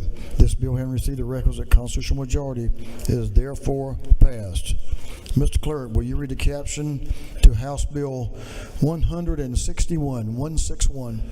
House Bill 161 by Representative Crowe, the 118th and others, to be entitled an act to amend Article 1 of Chapter 3, Title 35 of the Official Code of Georgia Annotated relating to general provisions relative to the Georgia Bureau of Investigation to provide for the authority to issue subpoenas of electronic communication records for purposes of investigating certain crimes related to cyber-enabled threats to life and property. This bill having referred to the Committee on Judiciary and Non-Civil, that committee recommends that this bill do pass by committee substitute. Representative Clint Crowe is recognized to present the bill. Mr. Chairman. Thank you, Mr. Speaker. Colleagues, this is House Bill 161 on behalf of the Georgia Bureau of Investigation. Currently, the director, with oversight from the Attorney General, can issue an administrative subpoena for very limited evidence for subscriber information, for telephonic and computer information for certain crimes. This bill would simply add to those certain crimes, including swatting, terroristic threats, harassing phone calls, and domestic terrorism, because those crimes are often committed via computer or telephones, and getting that information to be able to source where it's coming from quicker. This would prevent a delay for them getting the information from those companies, and that's essentially all it does. And I'll stand for any questions if there are any, Mr. Speaker. The gentleman has no questions. All right, thank you. I ask for your favorable consideration. Gentleman has yielded the well. Is there any objection to the previous question being ordered? Hearing none, the previous question is ordered. Is there any objection to adopting the committee substitute? Hearing none, the committee substitute is adopted. Is there any objection to agreeing to the report of the committee, which was favorable to the passage of the bill? Hearing none, the report of the committee is agreed to. Shall this bill now pass? All in favor of the passage of the bill will vote yes. All those opposed will vote no. And Mr. Clerk, will you unlock the machine?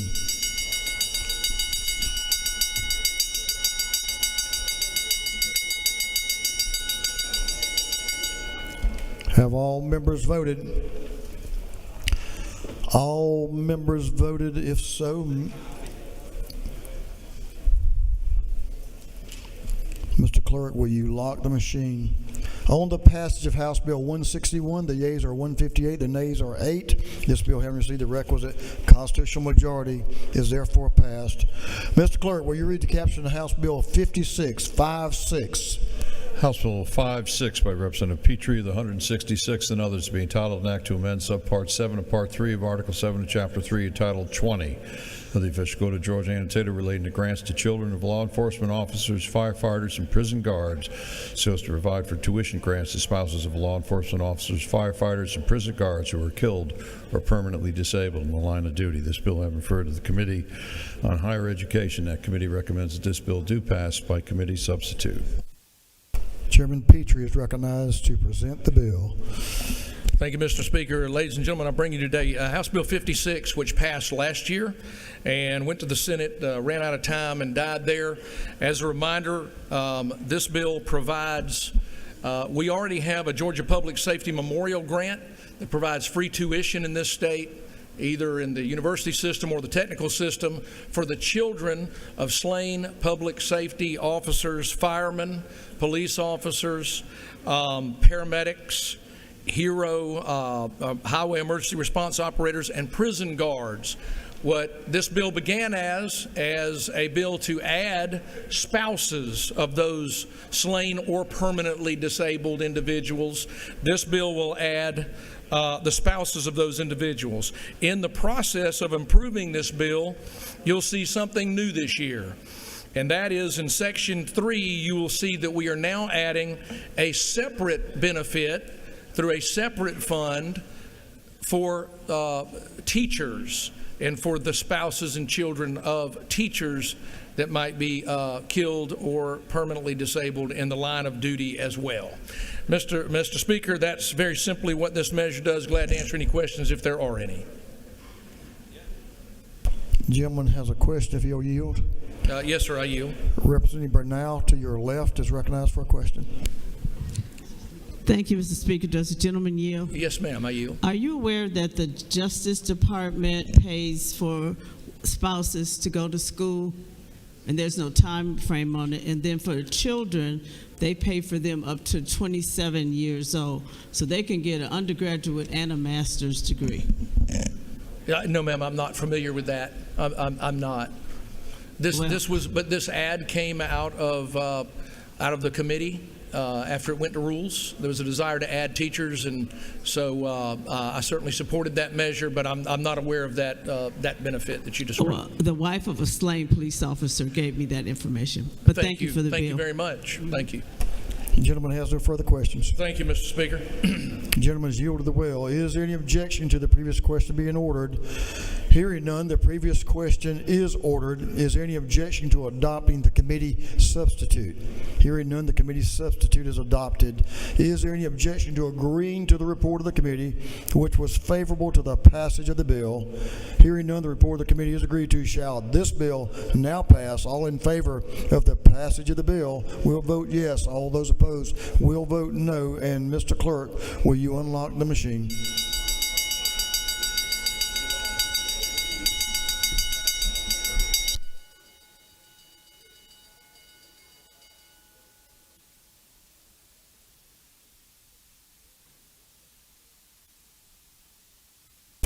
Have all members voted? All members voted. For what purposes? Representative Martin, rise. A parliamentary inquiry, Mr. Speaker. State your inquiry. Isn't it true, Mr. Speaker, that in addition, this bill also adds a checkoff on our tax returns and our driver's license if we want to contribute to that teacher memorial fund? Just wanted to sound that out. Is that true, that if we want to contribute to that fund, when we file our taxes or get our driver's license, we can check that box and help these folks that are there for us every day? I know the gentleman knows what he's speaking. He's read the legislation very carefully. What purposes? Representative Sharper, rise. Parliamentary inquiry. State your inquiry. Isn't it not true that I had the honor of being on Lawmakers with Petrie as he was able to tell the people and the world about this bill, and I 100% support him in this bill? It's a love fest, no doubt, but it's a good bill. Have all members now voted? If so, Mr. Clerk, will you lock the machine? On the passage of House Bill 56, the yeas are 172, the nays are 0. This bill, having received the requisite constitutional majority, is therefore passed. Thank you, members. For what purposes House Bill, Mr. Clerk, would you read the caption? It's not even late yet. Mr. Clerk, would you read the caption to House Bill 248?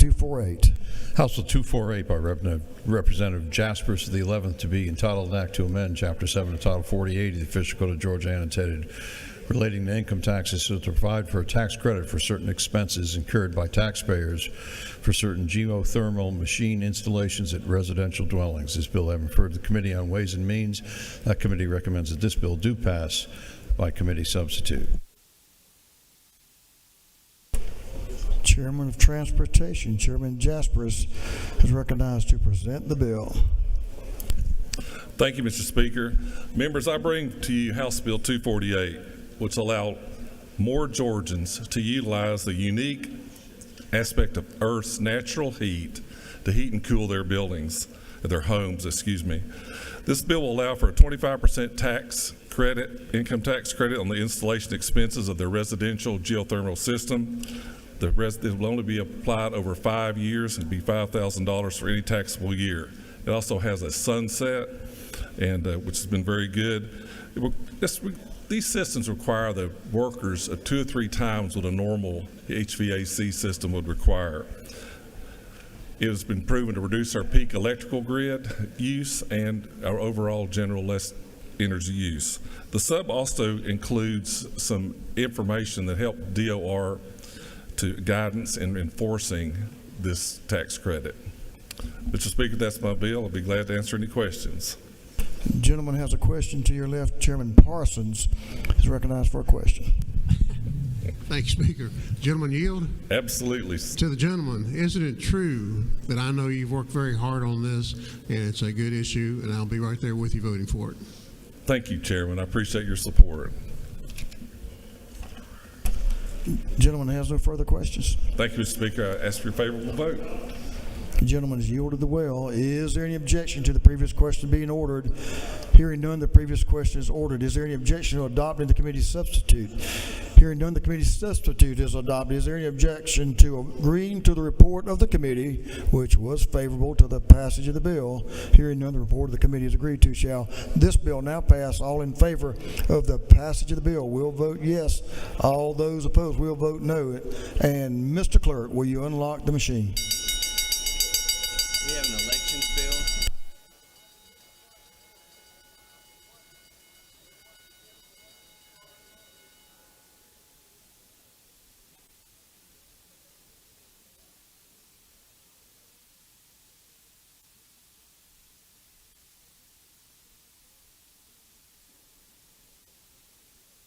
Have all members voted? All members voted. If so, Mr. Clerk, will you lock the machine? On the passage of House Bill 248, the yeas are 170, the nays are 3. This bill, having received the requisite constitutional majority, is therefore passed. Okay, members.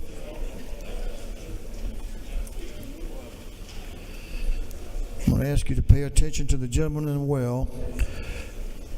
We have our road naming bill that Chairman Prince is going to bring to us. He's going to give you some instructions as he presents the bill. Chairman Prince. Thank you, Mr. Speaker. As the Speaker said, this is our annual road naming bill. We have 3 that are memorial, and I ask that you please stand at this moment. House Resolution 7 dedicates a portion of State Route 38 in Grady County as the George C. Trollock Jr. Memorial Highway. House Resolution 31 dedicates a bridge off U.S. Highway 29, State Route 8 in Madison County as the R. George Strickland Jr. Memorial Bridge. House Resolution 303 dedicates the interchange in Crisp County as the Honorable Johnny Floyd Interchange. I ask that we have a moment of silence for our fallen Georgians. Thank you, Mr. Speaker and colleagues. The last resolution is House Resolution 96, which dedicates a portion of State Route 155 in DeKalb County as the Dr. Gregory B. Levitt Senior Parkway. I ask for your favorable consideration of these resolutions. Thank you, Mr. Chairman. I yield the will. Gentlemen, yielded the will. It's always a special time when members honor an individual by a road naming. Is there any objection to the previous question being ordered? Hearing none, the previous question is ordered. Is there any objection to adopting the committee substitute? Hearing none, the committee substitute is adopted. Is there any objection to agreeing to the report of the committee, which was favorable to the adoption of the resolution? Hearing none, the report of the committee is agreed to. Shall this resolution now be adopted? All in favor of the adoption of the resolution will vote yes. Those opposed will vote no. And Mr. Clerk, will you unlock the machine?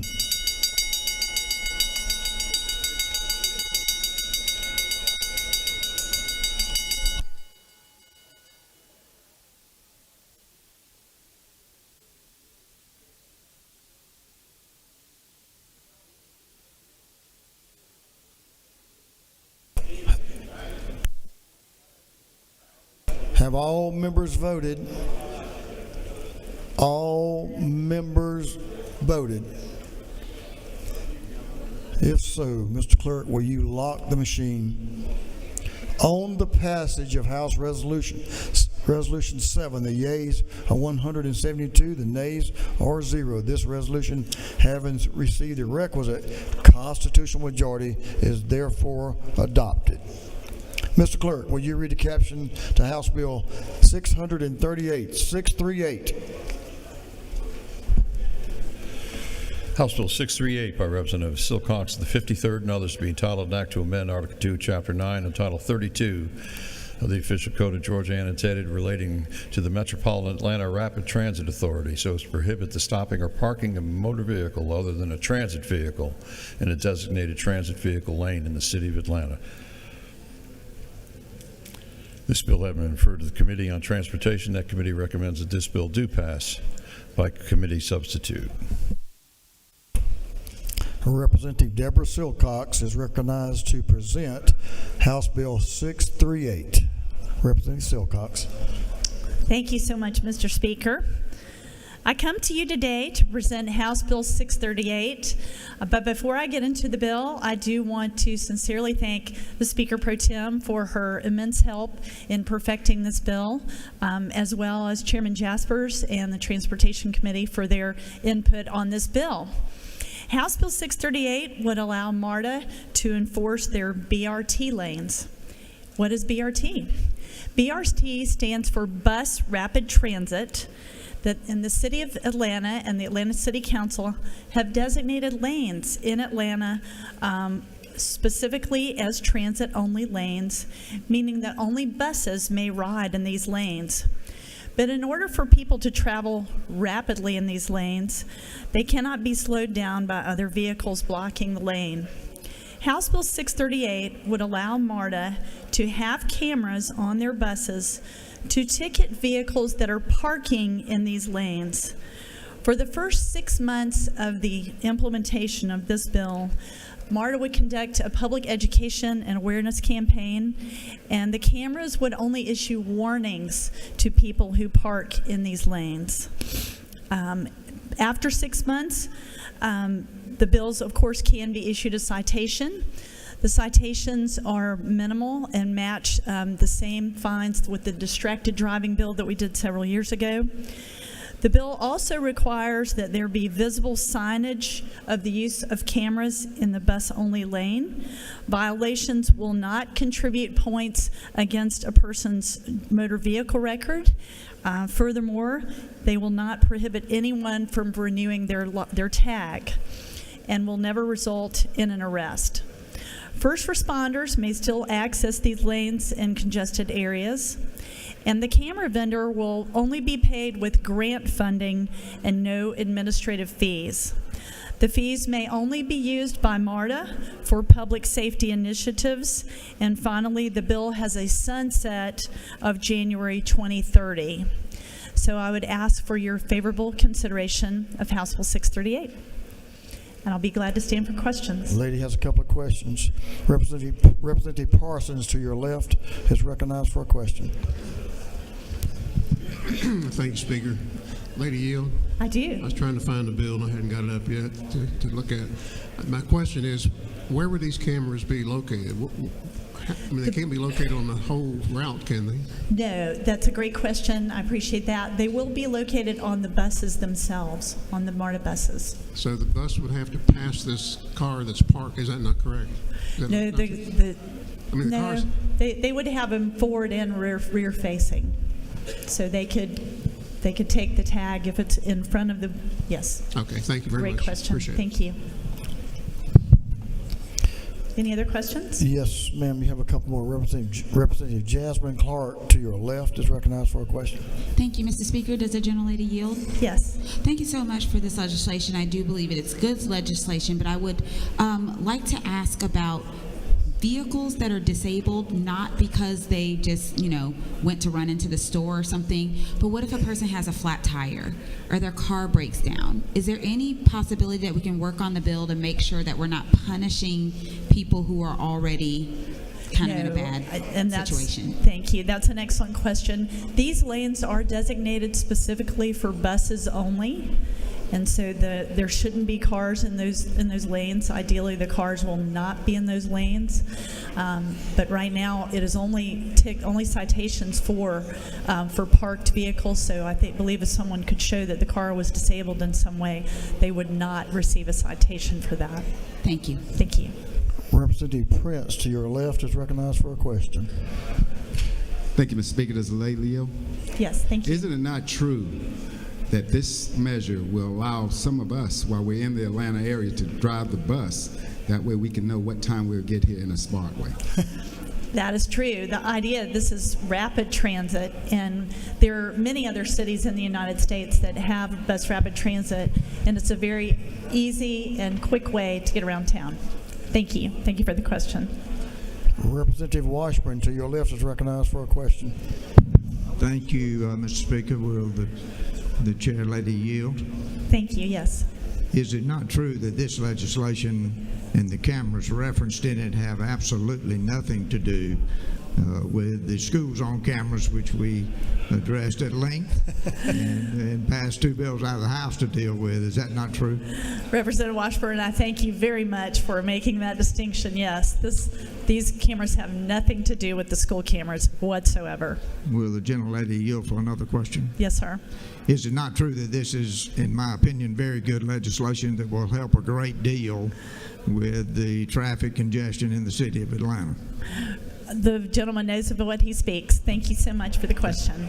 Lady has no further questions. I'll yield the will. Thank you, Mr. Speaker. Ladies yield the will. Is there any objection to the previous question being ordered?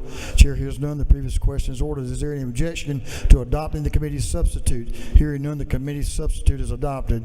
Is there any objection to agreeing to the report of the committee, which was favorable to the passage of the bill? Hearing none, the report of the committee is agreed to. Shall this bill now pass? All in favor of the passage of the bill will vote yes. All those opposed will vote no. And Mr. Clerk, will you unlock the machine?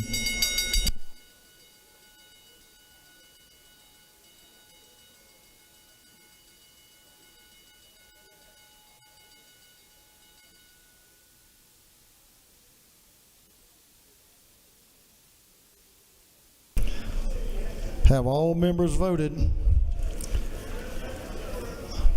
All members voted? If so, Mr. Clerk, will you lock the machine? On the passage of House Bill 638, the yeas are 145, the nays are 22. This bill, having received the requisite constitutional majority, is therefore passed. Mr. Clerk, will you read the caption to House Bill 445? 445. House Bill 445 by Representative Martin of the 49th, to be entitled an act to amend Chapter 5 of Title 48 of the Official Code of Georgia annotated relating to ad valorem taxation of property, so as to revise the language required to be included in the notices of current assessment. This bill having referred to the Committee on Ways and Means, that committee recommends that this bill do pass. Chairman Chuck Martin is recognized to present the bill. Thank you, Mr. Speaker. Ladies and gentlemen, this is a redo of House Bill 36 from last year. We passed it 170 to 0. So if you like confusing assessment notices and inefficient appeal processes, you're not going to be for this bill. But if you like the idea of creating a clearer assessment notice so our voters will know what's going on, and a better appeal process so we unclog the Superior Court, you're going to like this bill. House Bill 445 gives property owners with personal property greater than $200,000 the option to appeal directly to a hearing officer, where they get a knowledgeable individual to settle the appeal and stay out of Superior Court. This is a taxpayer-friendly bill. It also gives the counties the ability to procure more hearing officers, so it'll unclog the assessment process. With that, if there are no questions, Mr. Speaker, I'll yield the will and ask the House again to send this over to the Senate. The gentleman yielded the will. He has no questions.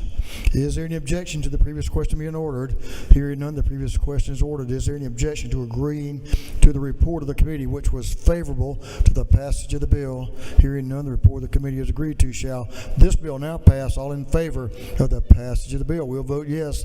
All those opposed will vote no. And Mr. Clerk, will you unlock the machine?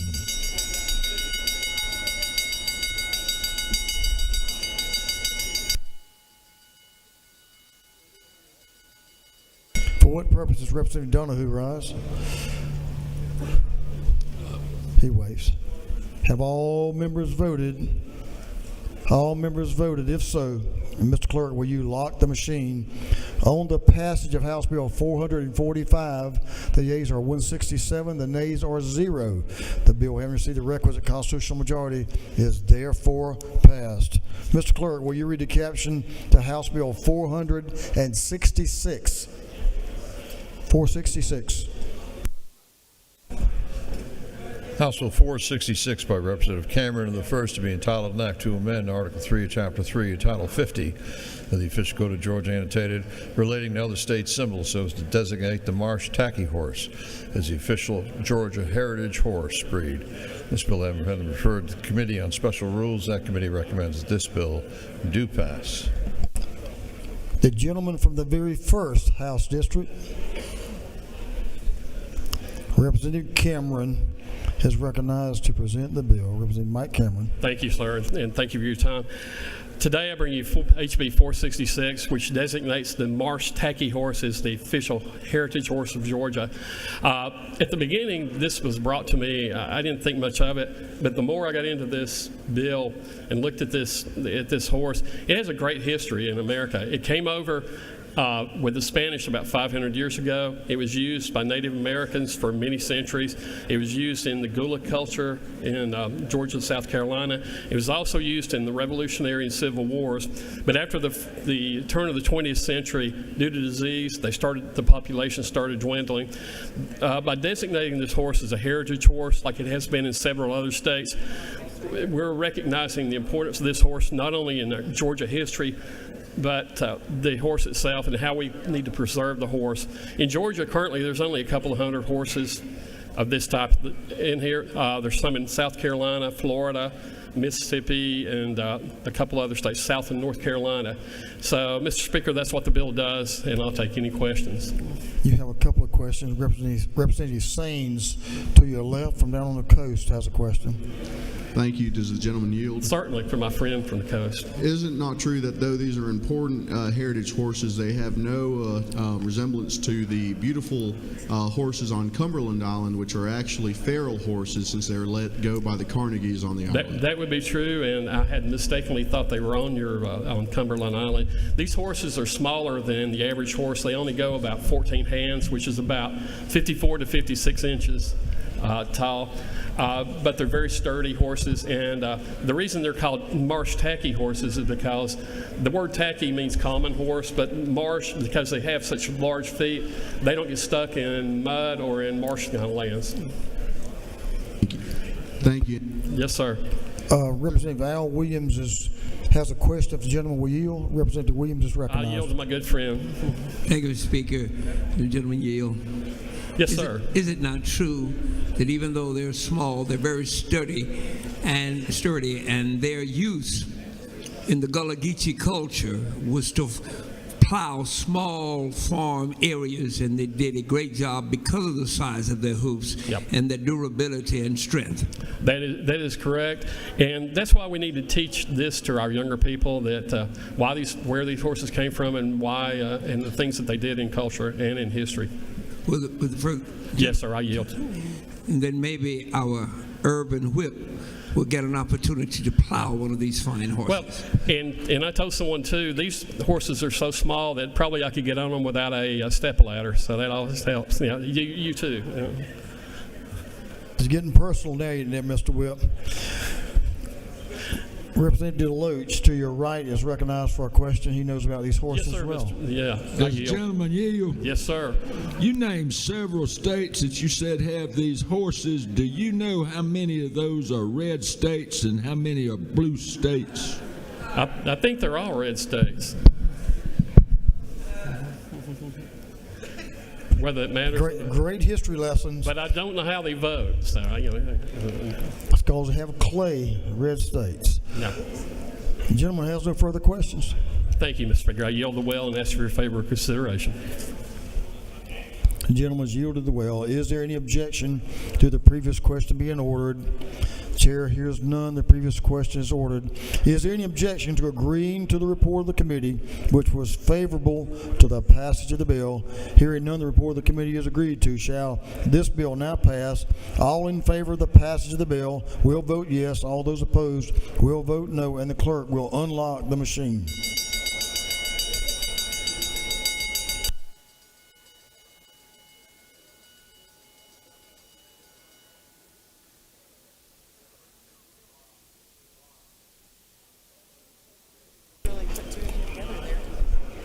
Have all members voted? All members voted.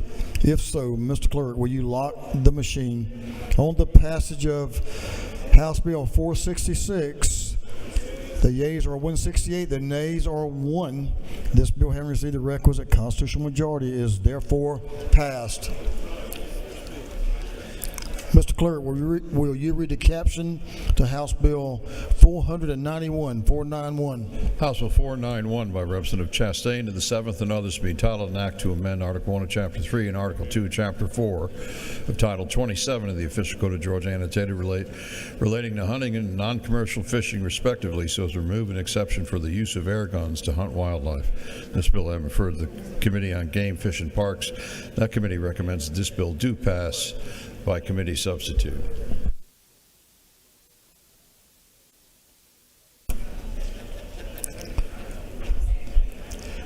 Representative Chastain, are you ready to present your first bill? Just saying. The gentleman from Blue Ridge is recognized to present House Bill 491, Representative Johnny Chastain. Thank you, Mr. Speaker. I have HB 491 this evening. Really, hopefully it'll be a simple bill, but this bill extends the current sunset of July 2025 to July 2030 for the hunting with air guns and air bows. And on the second section, we have two minor changes for fishing with bow and arrow for catfish. And we're changing channel catfish and flathead to any catfish. And we're striking through the Savannah River and changing that to species from the waters of this state. And that's really the only changes that we have in this bill.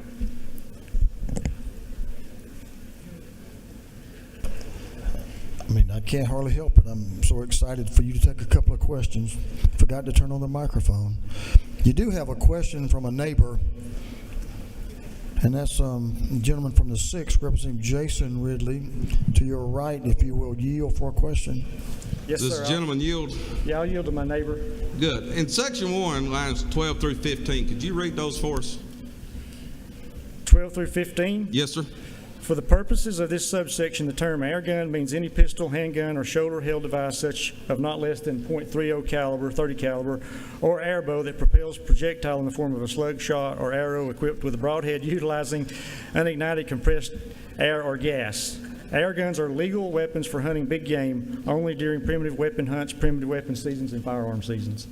Okay. In this bill about fishing?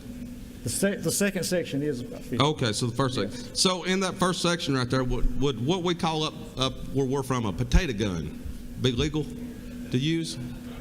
I don't think a potato gun would be. You sure? An air gun or air bow. Well, it says anything, a projectile that form a slug. I don't think that would be legal. I think. Gentleman has a couple more questions if he'll yield. Yes, sir, I'll yield. Representative Thomas is to your right in the back, is recognized for a question. Does the gentleman yield? Yes, sir. To my seatmate, I will yield. Congratulations on your first bill. I'm curious, do you prefer catfishing via noodling, or are you more of an online cat fisherman? I have heard there is an online catfishing, but I prefer noodling. Thank you. Congratulations. Mr. Speaker, I'll yield the well. Amen.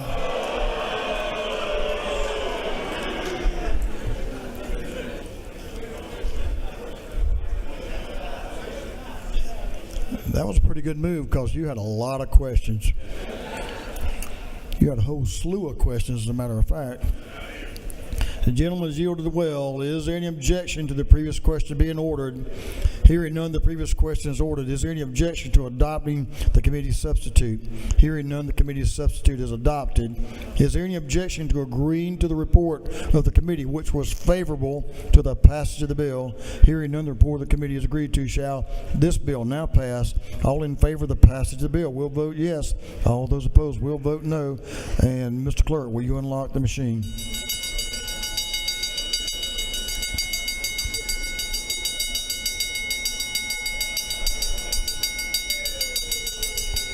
Have all members voted?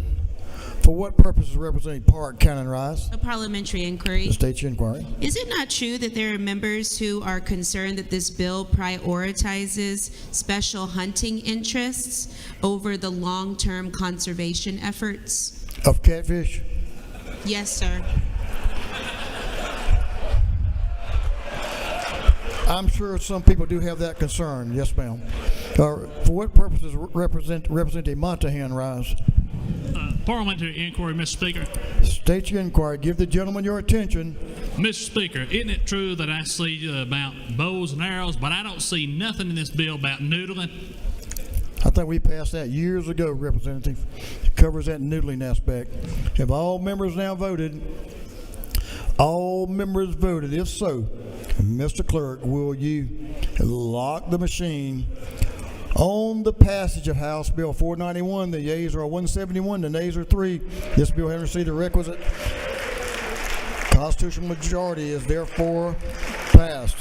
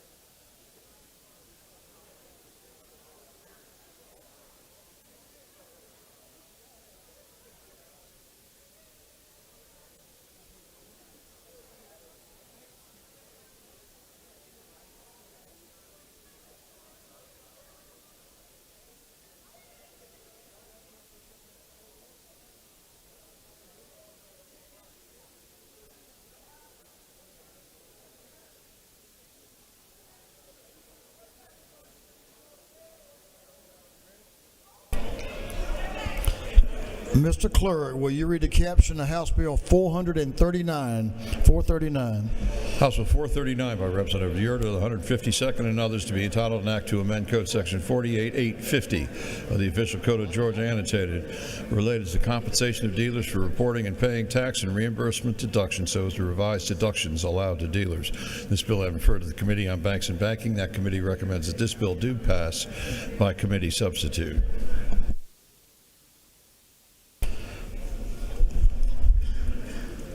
Representative Yurda is recognized to present the bill. Chairman Yurda. Thank you, Mr. Speaker. I bring you House Bill 439. 439 is a bill relating to the compensation of dealers or merchants for reporting and paying sales tax and the reimbursement deduction. This means your local restaurant, your local boutique, or your hardware store. In 2024, the Georgia House voted to form a study committee on credit card fees, sales tax, excise tax, and their impact on Georgia merchants and consumers. The committee looked at the effects of credit card processing fees on merchants and consumers and whether the fees should apply to the state tax portion of transactions. The key recommendation that the study committee did come up with was changing the vendor's compensation to support small businesses. Every merchant in Georgia is required to report and collect taxes on sales and remit them to the state. Currently, vendors may retain 3% of the first $3,000 and 1/2% exceeding $3,000 of collected tax. This bill proposes to raise this to 3% of the first $10,000 and 1/2% of the collected tax exceeding $10,000. This begins on January 1st, 2026.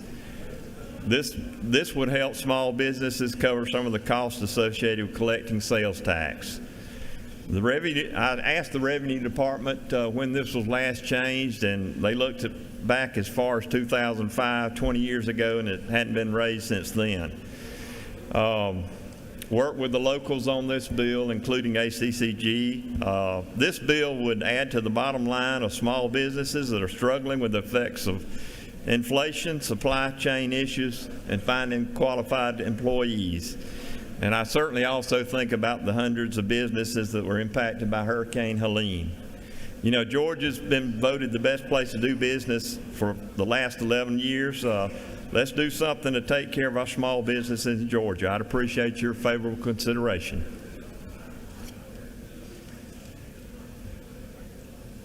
The gentleman has a couple of questions if you'll yield. Yes, sir. Representative Wade, to your right in the back right, has a question. I will yield. Well, thank you. Yes, Appreciate sir. you yielding, sir. Chairman, is it not true that the small businesses that were impacted by Hurricane Helene, as they open their doors, they are expected to continue to collect and remit those sales taxes, and this will be just a small token to help them as they build back those businesses out of the recovery for many other things the state has done? The chairman of the study committee knows what he speaks of. Thank you for carrying this bill. Appreciate your efforts and work. Thank you. Representative Roberts, to your left, is Thank you, recognized for a Mr. question. Speaker. Do you yield? Yes, ma'am. I am all for helping small businesses. I was just curious if you know what that financial impact will be when, let's say, what it would be on last year's revenue from this. I don't have that exact figure, but it was we actually came up with something that was actually a little bit less than the study committee recommended on the back end. With the original study, the study committee recommended going up 0.5% per year. What we did was just take the first year's recommendation. Okay, thank you. The gentleman has no further questions. Mr. Speaker, I yield the well. The gentleman has yielded the well. Is there any objection to the previous question being ordered? Hearing none, the previous question is ordered. Is there any objection to adopting the committee's substitute? Hearing none, the committee's substitute is adopted. Is there any objection to agreeing to the report of the committee, which was favorable to the passage of the bill? Hearing none, the report of the committee is agreed to. Shall this bill now pass? All in favor of the passage of the bill will vote yes. All those opposed will vote no, and the clerk will unlock the machine.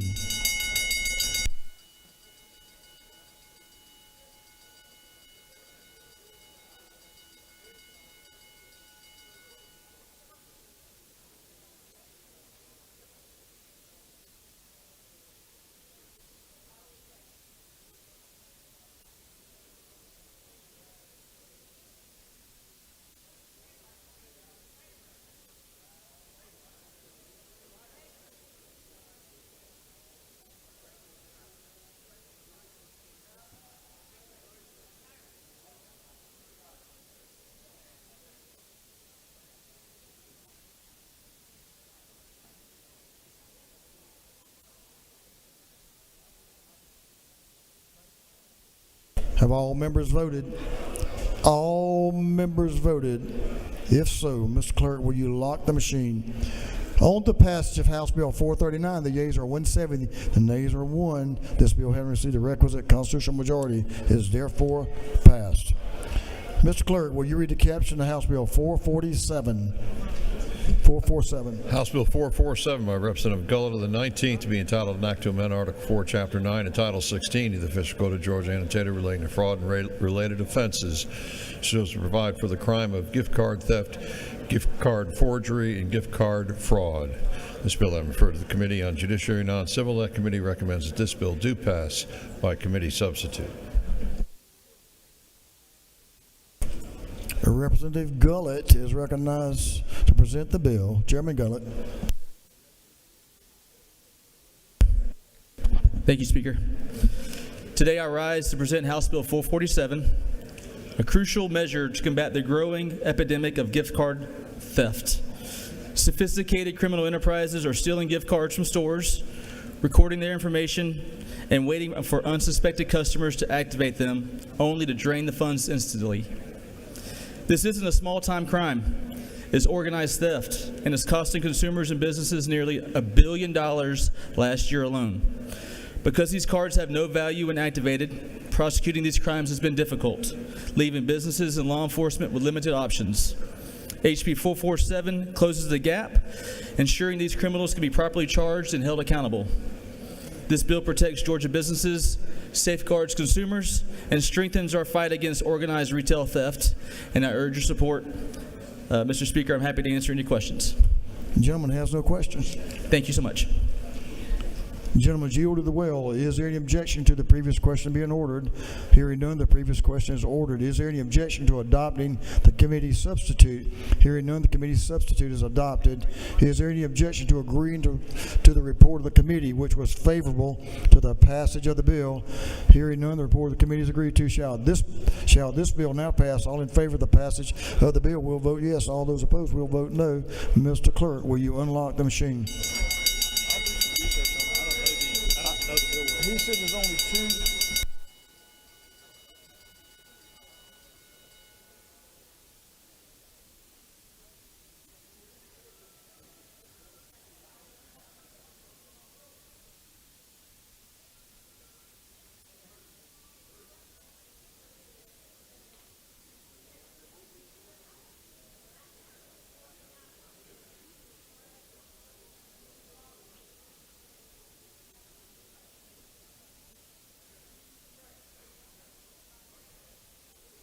Have all members voted? All members voted. If so, Mr. Clerk, will you lock the machine? On the passage of House Bill 447, the yeas are 168, the nays are 2. This bill, having received the requisite constitutional majority, is therefore passed. Mr. Clerk, will you read the caption to House Bill 331? 331. House Bill 331 by Representative Campbell, 135th, and others to be titled an act to amend Article 1 of Chapter 11 of Title 4 of the Official Code of Georgia annotated relating to general provisions regarding animal protection so as to prohibit the transfer of certain domestic animals at certain locations. This bill having referred to the Committee on Agriculture and Consumer Affairs. That committee recommends that this bill do pass by committee substitute. Representative Beth Camp is recognized to present the bill. Chairlady Camp. Thank you, Mr. Speaker. House Bill 331 is a consumer and animal protection bill. What this bill does, it allows for transfer with consideration of dogs, cats, and rabbits at your home, at your place of business, a veterinarian's office, police department, or sheriff's office, FFA, 4-H, AKC events, and any legal location that is stipulated in the Georgia Department of Agricultural license regarding animal sales. It prohibits people selling animals roadside, flea markets, and parking lots. The bill protects consumers because it provides more contact with the sellers and information on the animal's origin in the event there's a health issue or the animal is later found to be misrepresented. Further, it should slow down or stop puppy mill type organizations that bring animals from other states in poor health, raised in deplorable situations to our state, because there are penalties involved. Often animals that are purchased on impulse in parking lots and later found to have poor health end up in animal shelters, which cost every single one of us tax-wise. The Georgia Department of Agriculture and the AKC support this measure. Mr. Speaker, I'm open for any questions. Lady has a question to your left. Representative Moore is recognized for a question. Good evening. Does the gentlelady yield? I do. Parliamentary inquiry, or should I say that now? No. I know that you say domestic animals, but what about these exotic animals? Why didn't you include that in here? Or is there a reason why the exotic animals are not included in this? Well, I thank you very much, Representative Moore, for that question. The animals that are primarily sold in this manner are dogs, cats, and rabbits. So that's what we're addressing in this particular bill. I'm not objectionable to addressing animals, all animals, to be sold in a humane manner. Does the lady further yield? I do. There are so many people selling snakes and lizards and bunny rabbits.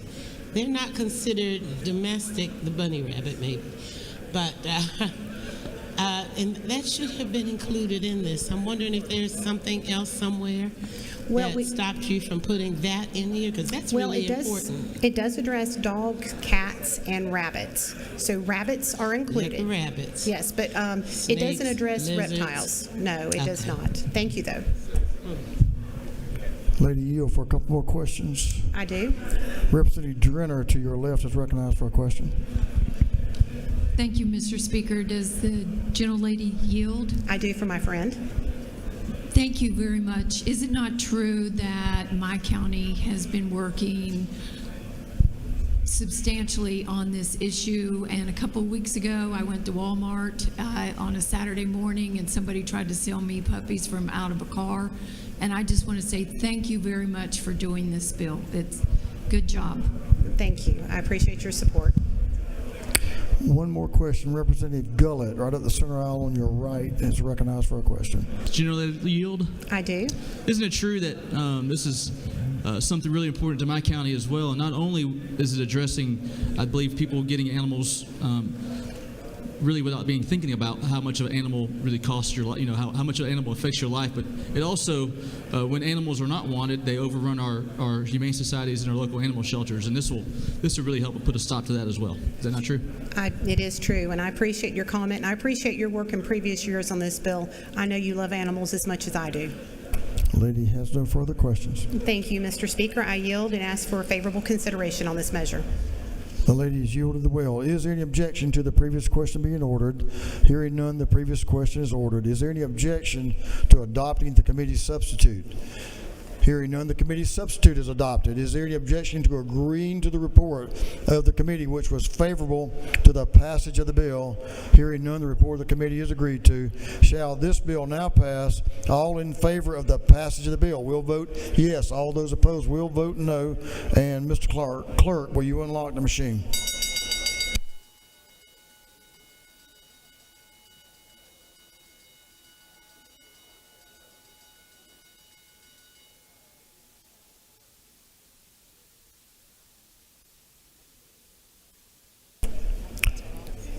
Have all members voted? All members voted. If so, Mr. Clerk, will you lock the machine? On the passage of House Bill 331, the yeas are 161, the nays are 13.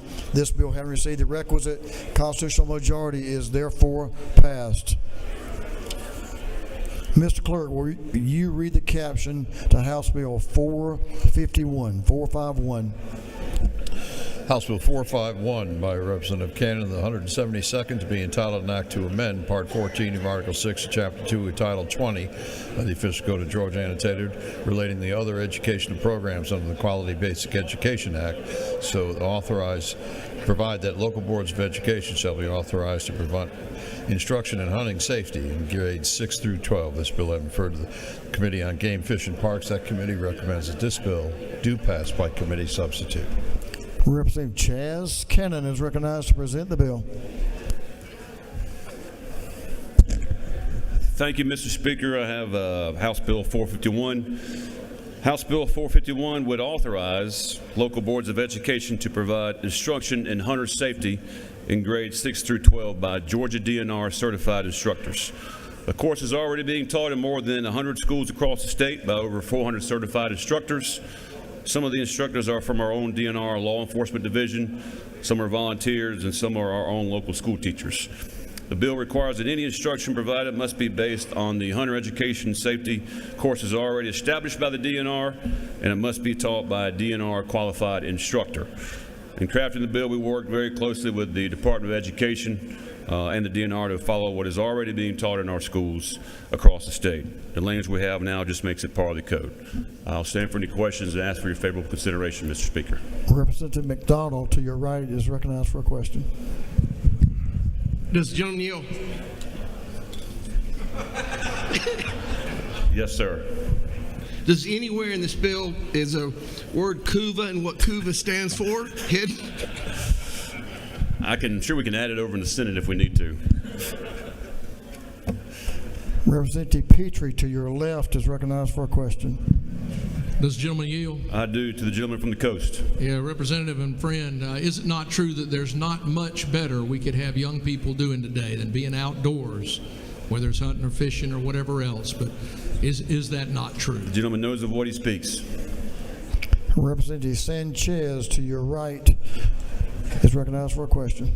Thank you, Mr. Speaker. Does the gentleman yield? I yield. Thank you.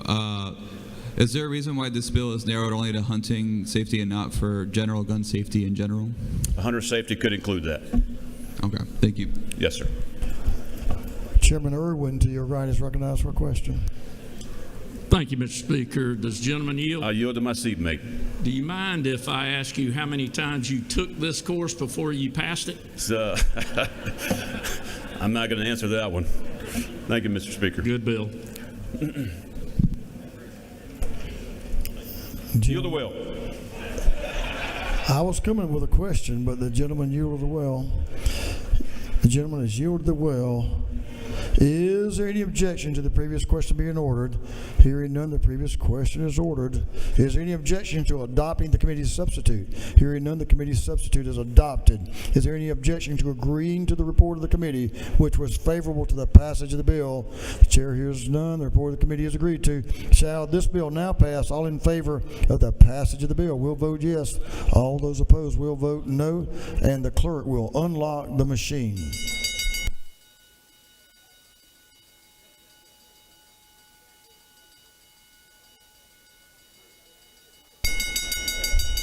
Have all members voted? All members voted. For what purpose is Representative Moore rise?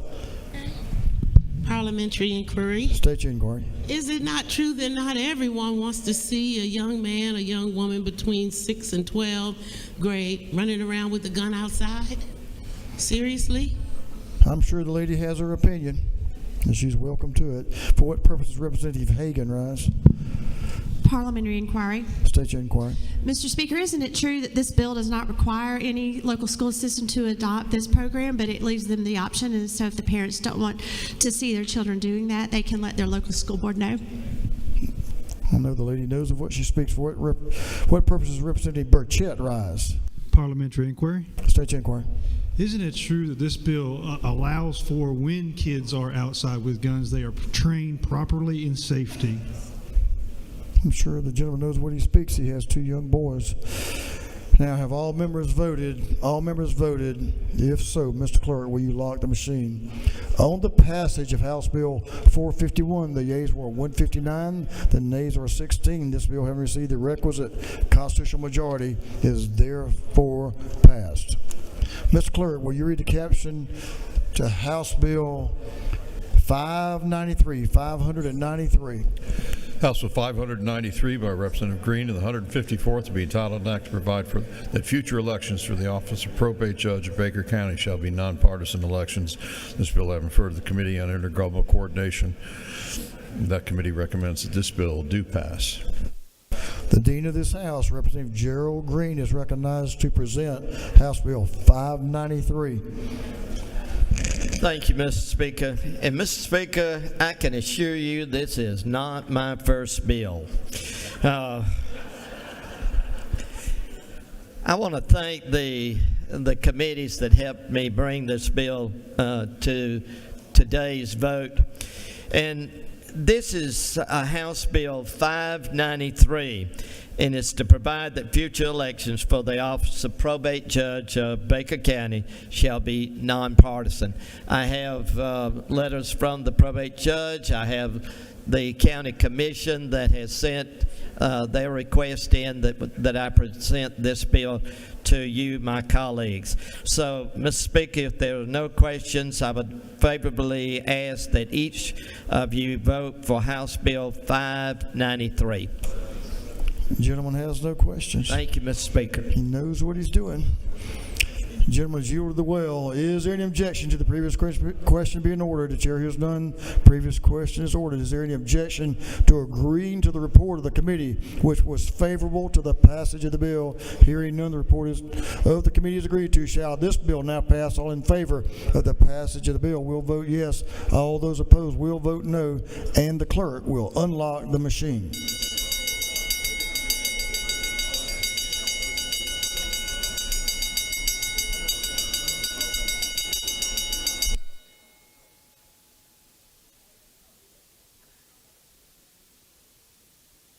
Have all members voted? All members voted. If so, Mr. Clerk, will you lock the machine? On the passage of House Bill 593, the yeas are 150, the nays are 20. This bill, having received the requisite constitutional majority, is therefore passed. Mr. Clerk, will you read a caption to House Bill 535.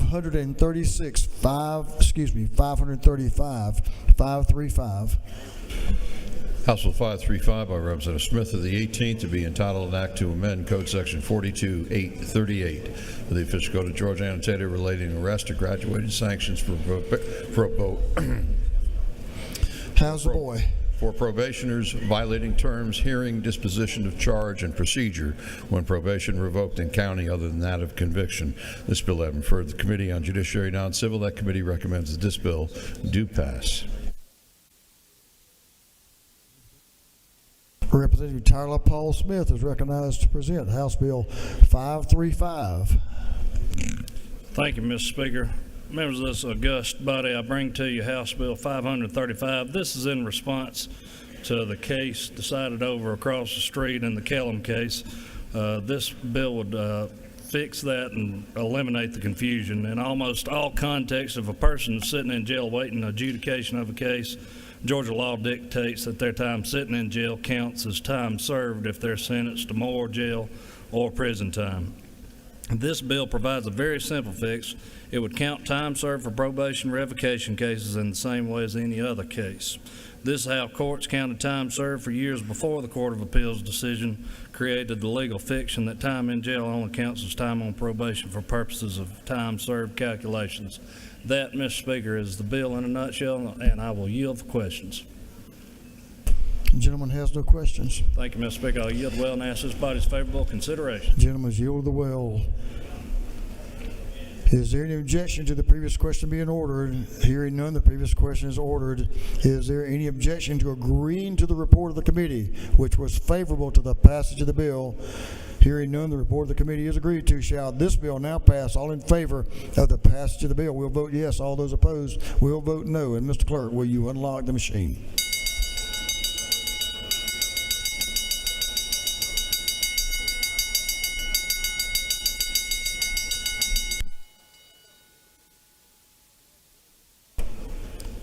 Have all members voted? All members voted. If so, Mr. Clerk, will you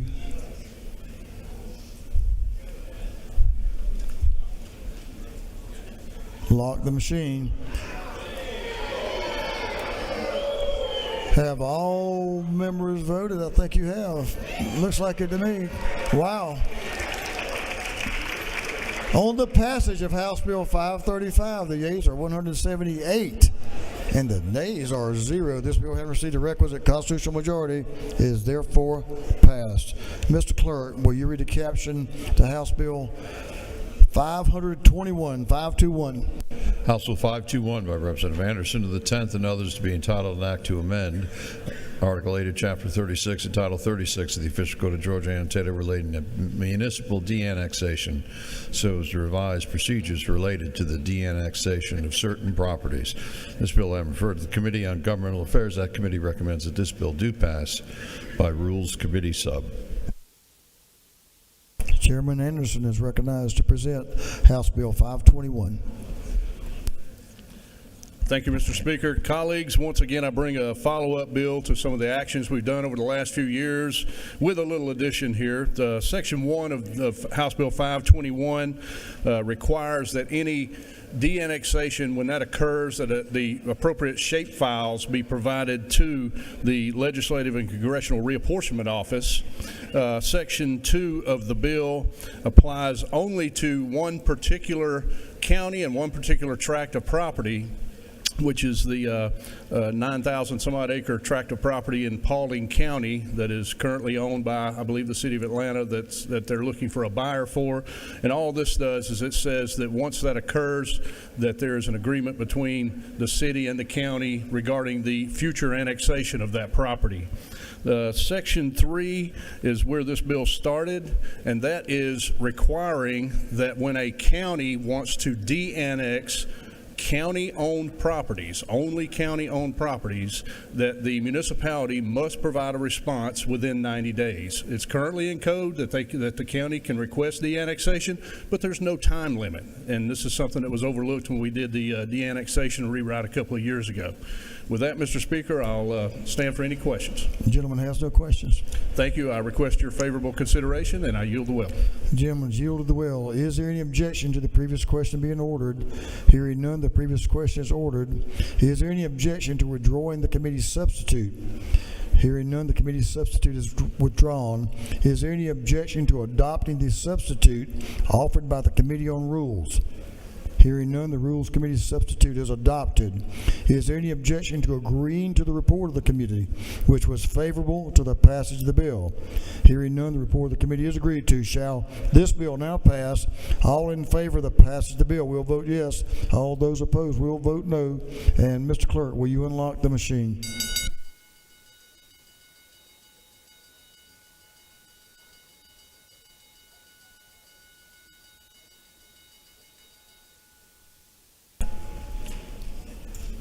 Have all members voted? For what purpose does Representative Holly rise?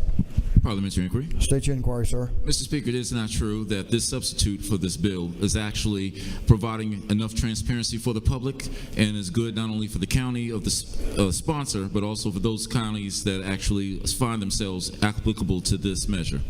I know the gentleman carefully reads legislation, and I appreciate his insight. Have all members now voted? If so, Mr. Clerk, will you lock the machine?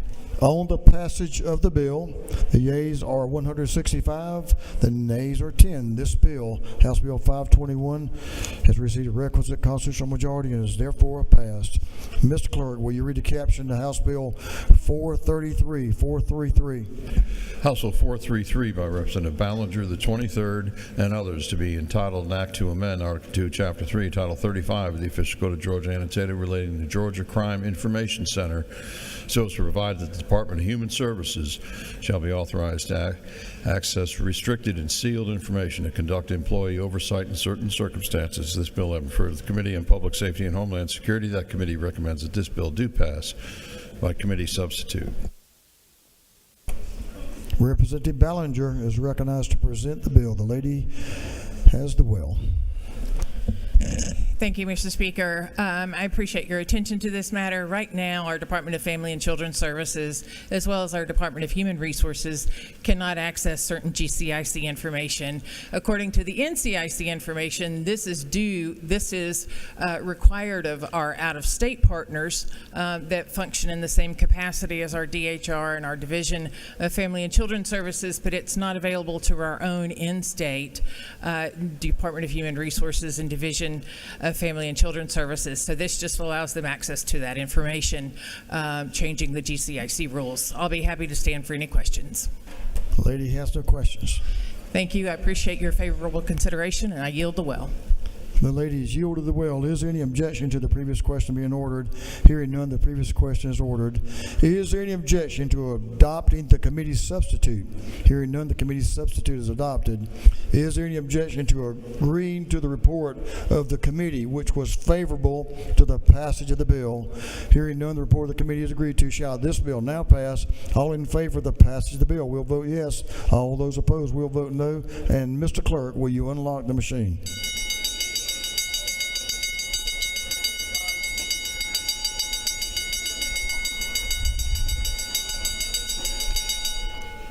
Have all members voted?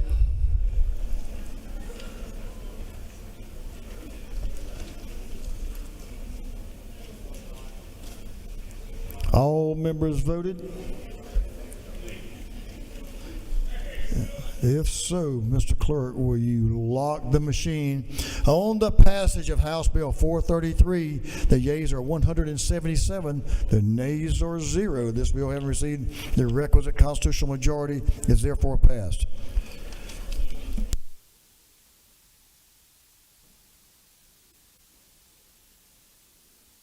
Members, we're moving along now, but I have a request of you. If you have a space heater, I know it gets a little cool in here sometimes. If you have a space heater that's plugged in the chamber now, you need to unplug it for a few minutes. I'm sorry. Get up and run around if you're cold. So you need to unplug them for a few minutes. It's causing some issues with our circuitry in other parts of the Capitol.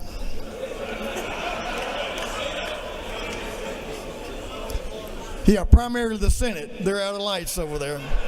Plug them back in.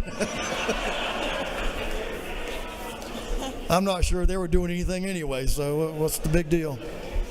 So if you will oblige me with that, and so we can continue. We won't have to light any candles or anything like that. So if you'll unplug them for a few minutes, we'll move on with our day. Mr. Clerk, will you read the caption to House Bill 54? House Bill 54 by Representative Clark of the 100th and others to be entitled an act to amend Titles 16, 31, and 43 of the Official Code of Georgia annotated relating to crimes and offenses, health, and professions and businesses, respectively, so as to authorize advanced practice registered nurses and physician assistants to order home health care services to patients of licensed home health agencies. This bill has been referred to the Committee on Health. That committee recommends that this bill do pass by committee substitute. Representative David Clark is recognized to present the bill. Representative Clark. Thank you, Mr. Speaker and colleagues. I bring before you House Bill 54, a bill that allows PAs to order or prescribe home health services. According to the Georgia Department of Human Services, Division of Aging Services, in 2022, 14% of Georgia's population was 65 or older, up from 12.7% in 2019. Georgia's ranked 7th among states attracting older adults. With the aging boomer population, the demand for home health care will only continue to rise. According to the Rural Health Information Hub, home health is vital for those with chronic conditions, disabilities, or short-term rehabilitation needs after hospital discharge. Many rural residents depend on home health care to maintain independence and avoid hospitalization or nursing home placement. This care is cost-effective, improves recovery, and eliminates unnecessary travel, yet rural population still faces barriers to access. Now, why House Bill 54 matters, in 2020, the Federal CARES Act permanently authorized PAs to order home health services if individual states also allow it. And passing House Bill 54 brings Georgia in line with this authorization, improving access to essential care. And also, I know many of you have asked why the APRNs are not included in this bill. There's a committee process that shapes legislation, and this remains an ongoing discussion. And I know it's been brought up, yes, during COVID-19, the governor granted APRNs temporary authority to approve home health services, which significantly sped up patient care. And I recognize the importance of this issue and look forward to working with all of you to always put patients first. And I urge all of you to vote in support of House 54 and would be glad to take any questions. Gentleman yields for a question. Representative Bennett, to your left. left is recognized for a question. Thank you, Mr. Chair. Will the gentleman yield? Yes, ma'am. Is it not true that by passing this bill, it will allow for a continuity of care for a lot of patients that will otherwise have to wait, could be weeks and months before they could get that ongoing prescription? Yes, ma'am. Thank you. Thank you. Great bill. The gentleman has no further questions. Thank you, Mr. Speaker. I ask for your favorable vote of House Bill 54. Thank you. The gentleman has yielded the well. Is there any objection to the previous question being ordered? Hearing none, the previous question is ordered. Is there any objection to adopting the committee's substitute? Hearing none, the committee's substitute is adopted. Is there any objection to agreeing to the report of the committee, which was favorable to the passage of the bill? Hearing none, the report of the committee is agreed to. Shall this bill now pass? All in favor of the passage of the bill will vote yes. Those opposed will vote no. And Mr. Clerk, will you unlock the machine?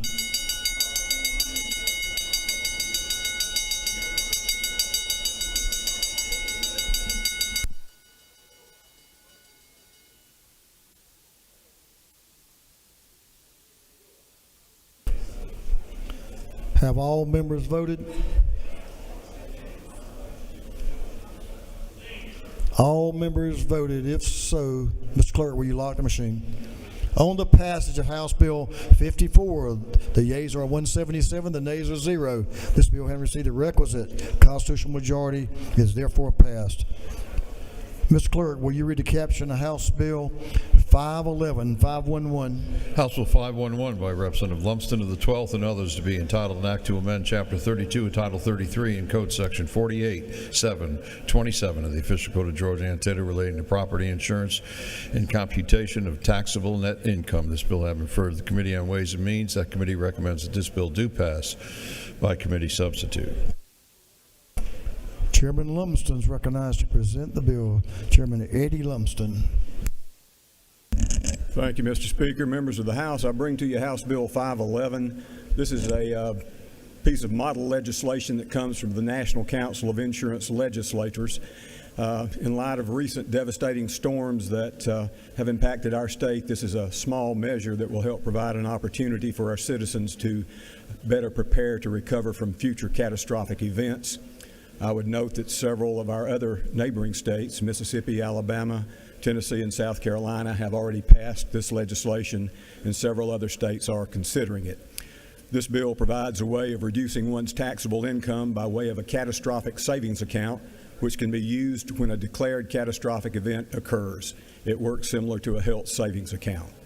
The savings account may be a regular savings account or a money market account, but it must be designated as a catastrophic savings account. One must have the corresponding funds in the amount to receive the reduction and must show money spent are for qualified catastrophic expenses. This only applies to individual taxpayers who own their own home, and it must be a residential property that is their primary residence, and it only applies to a declared catastrophic event. Mr. Speaker, that's the bill, and I would appreciate your favorable consideration. The gentleman has no questions. Thank you. I yield the well.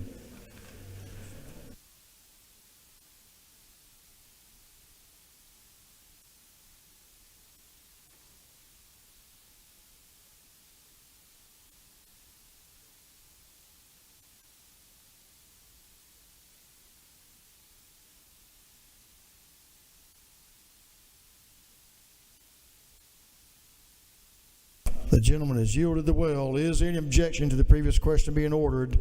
Hearing none, the previous question is ordered. Is there any objection to adopting the committee's substitute? Hearing none, the committee's substitute is adopted.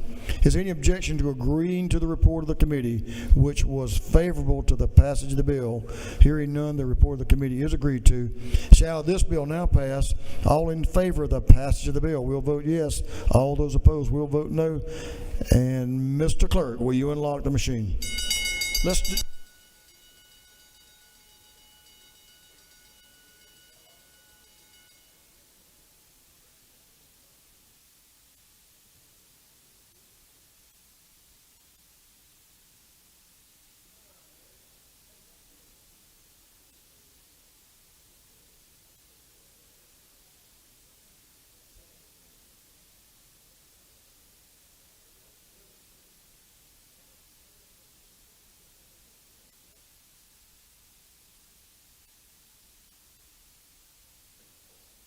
Have all members voted? All members voted? If so, Mr. Clerk, lock the machine. On the passage of House Bill 511, the yeas are 177, the nays are 0. This bill, having received the requisite constitutional majority, is therefore passed.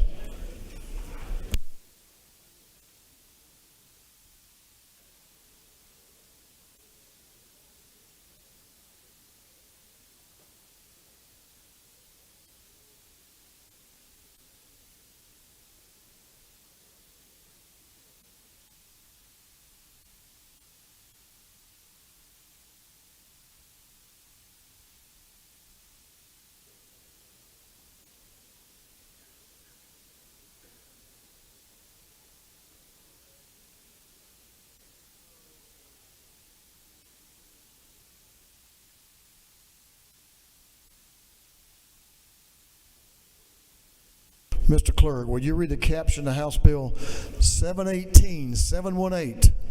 House Bill 718 by Representative Jones of the 60th to be entitled an act to amend Chapter 4, Title 1 of the Official Code of Georgia annotated relating to holidays and observances so as to provide that the first week in April of each year shall be Women's Golf Week in Georgia.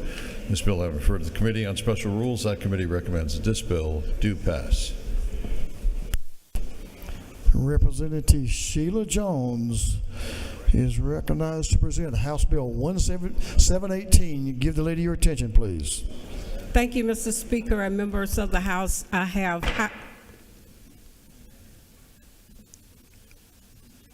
Proceed. Thank you. I have before you HB 718, which provides for the first week in April of each year to be Women's Golf Week in Georgia. And I ask for your favorable vote on this bill. May I ask the lady a question? Yes, sir. Isn't there a little golf tournament that goes on in Augusta maybe the week after this that your the lady amateurs are going to be? Oh, excuse me, I'm sorry. I beg your pardon, Chairman Prince. I'll let you have the question. I was getting ahead of myself, getting ahead of you. Chairman Prince is recognized for a question. Sorry, Chairman Prince. Thank you, Mr. Speaker. Will the gentlelady yield? Yes, I will. As the Speaker was alluding to, is there not another small golf tournament that usually recognized the first week in April, the first full week in April, that this might have some deconfliction with? Yes, this is the time that the Masters take place, and the Women's League, Golf League has something going on during that time as well. Is the lady further you? Yes. Isn't it true that as part of Masters Week, there is a women's pro golf tournament that this would fit right in line with? LPG, yes. Thank you, Ms. Thank you for bringing the bill. Thank you. Lady, yield for one more question. Yes, sir. Representative Dawson, to your left, is recognized for a question. Representative Dawson. Does the lady yield? Yes, I will. Is it not true that 23% of all golfers are women and that women make up a very active group of golfers? Yes, sir, that is correct. Thank you for this bill. Thank you. The lady has no further questions. I know she's worked very diligently on this bill. We appreciate her work. Lady has no further questions. Thank you, and I ask for your favorable consideration. Lady is yielded the well. Is there any objection to the previous question being ordered? Hearing none, the previous question is ordered. Is there any objection to agreeing to the report of the committee, which was favorable to the passage of the bill? Hearing none, the report of the committee is agreed to. Shall this bill now pass? All in favor of the passage of the bill will vote yes. All those opposed will vote no. And Mr. Clerk, will you unlock the machine?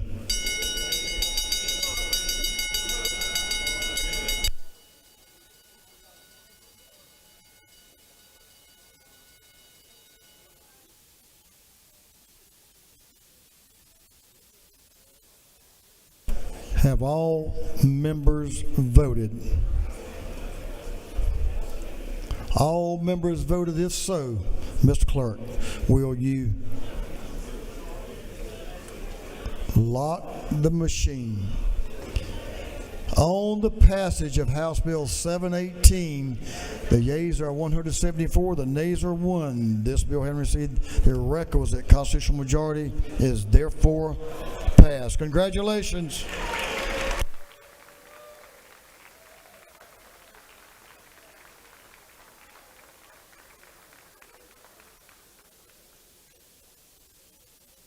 It's a good bill. Mr. Clerk, will you read the caption to House Bill 571, 571? House Bill 571 by Representative Hawkins, the 27th, to be titled an act to amend Chapter 34 of Title 43 of the Official Code of Georgia annotated relating to physicians, assistants, and others, so as to provide the licensing of a radiologist assistance. This bill having referred to the Committee on Health, that committee recommends that this bill do pass by committee substitute.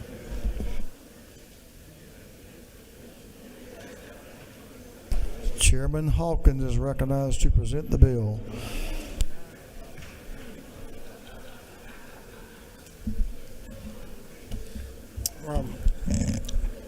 Thank you, Mr. Speaker.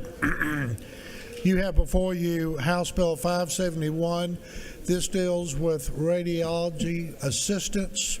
Right now, they're very valuable to the workforce. You know that healthcare is being expanded in technology in a lot of directions, and radiology is one of them. This is an important bill to allow the radiology assistants to help increase access to healthcare, to keep up with the expanding technology, and most of all, it will help patient access and patient safety. That's the bill, Mr. Speaker, and I will stand for any questions. Gentlemen, yield for a question. Dr. Newton, to your right, is recognized for a question. Thank you, Mr. Speaker. Will the gentleman yield? Yeah. Isn't it true that radiology is a very unique specialty, and they haven't had the benefit of physician assistants and nurse practitioners that work close together, but this bill kind of fixes that. It leaves the board-certified radiologists reading the films, but allows a lot of the interventional things to be done with an assistant who's well-trained, as you described? That's right. That's right. And, you know, this is a future that we're moving into at a rapid pace. There needs to be some thought, and the Board of Medicine is going to be involved with some of that process. Thank you for your work on this advancement. Thanks. Thank you. The gentleman has no further questions. Sir? You have no further questions? Then I'll yield the well and ask for your favorable consideration. Gentlemen, is yielded the will. Is there any objection to the previous question being ordered? Hearing none, the previous question is ordered. Is there any objection to adopting the committee substitute? Hearing none, the committee substitute is adopted. Is there any objection to agreeing to the report of the committee which was favorable to the passage of the bill? Hearing none, the report of the committee is agreed to. Shall this bill now pass? All in favor of the passage of the bill will vote yes. All those opposed will vote no. And Mr. Clerk, will you unlock the machine?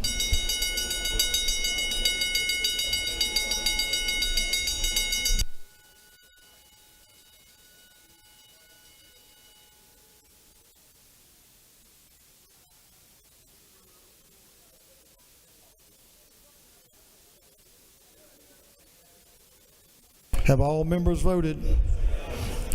All members voted. If so, Mr. Clerk, will you lock the machine? On the passage of House Bill 571, the yeas are 162, the nays are 11. This bill, having received the requisite constitutional majority, is therefore passed.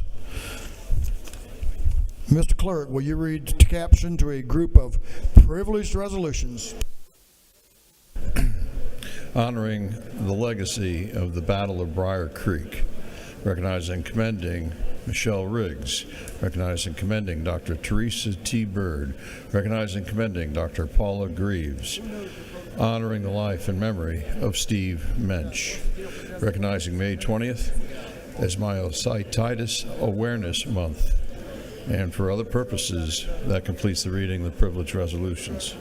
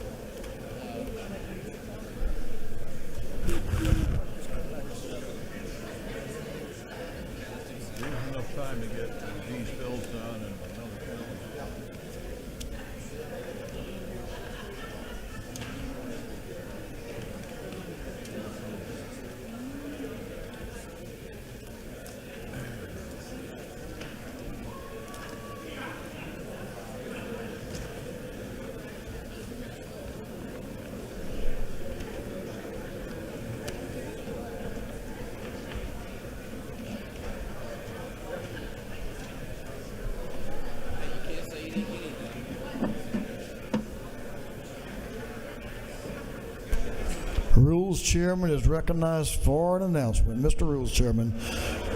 Chairman Parrish. Thank you, Mr. Speaker. We'd like for the Rules Committee to join me in 341 at 6:30. 6:30, 341, Rules Committee. Thank you.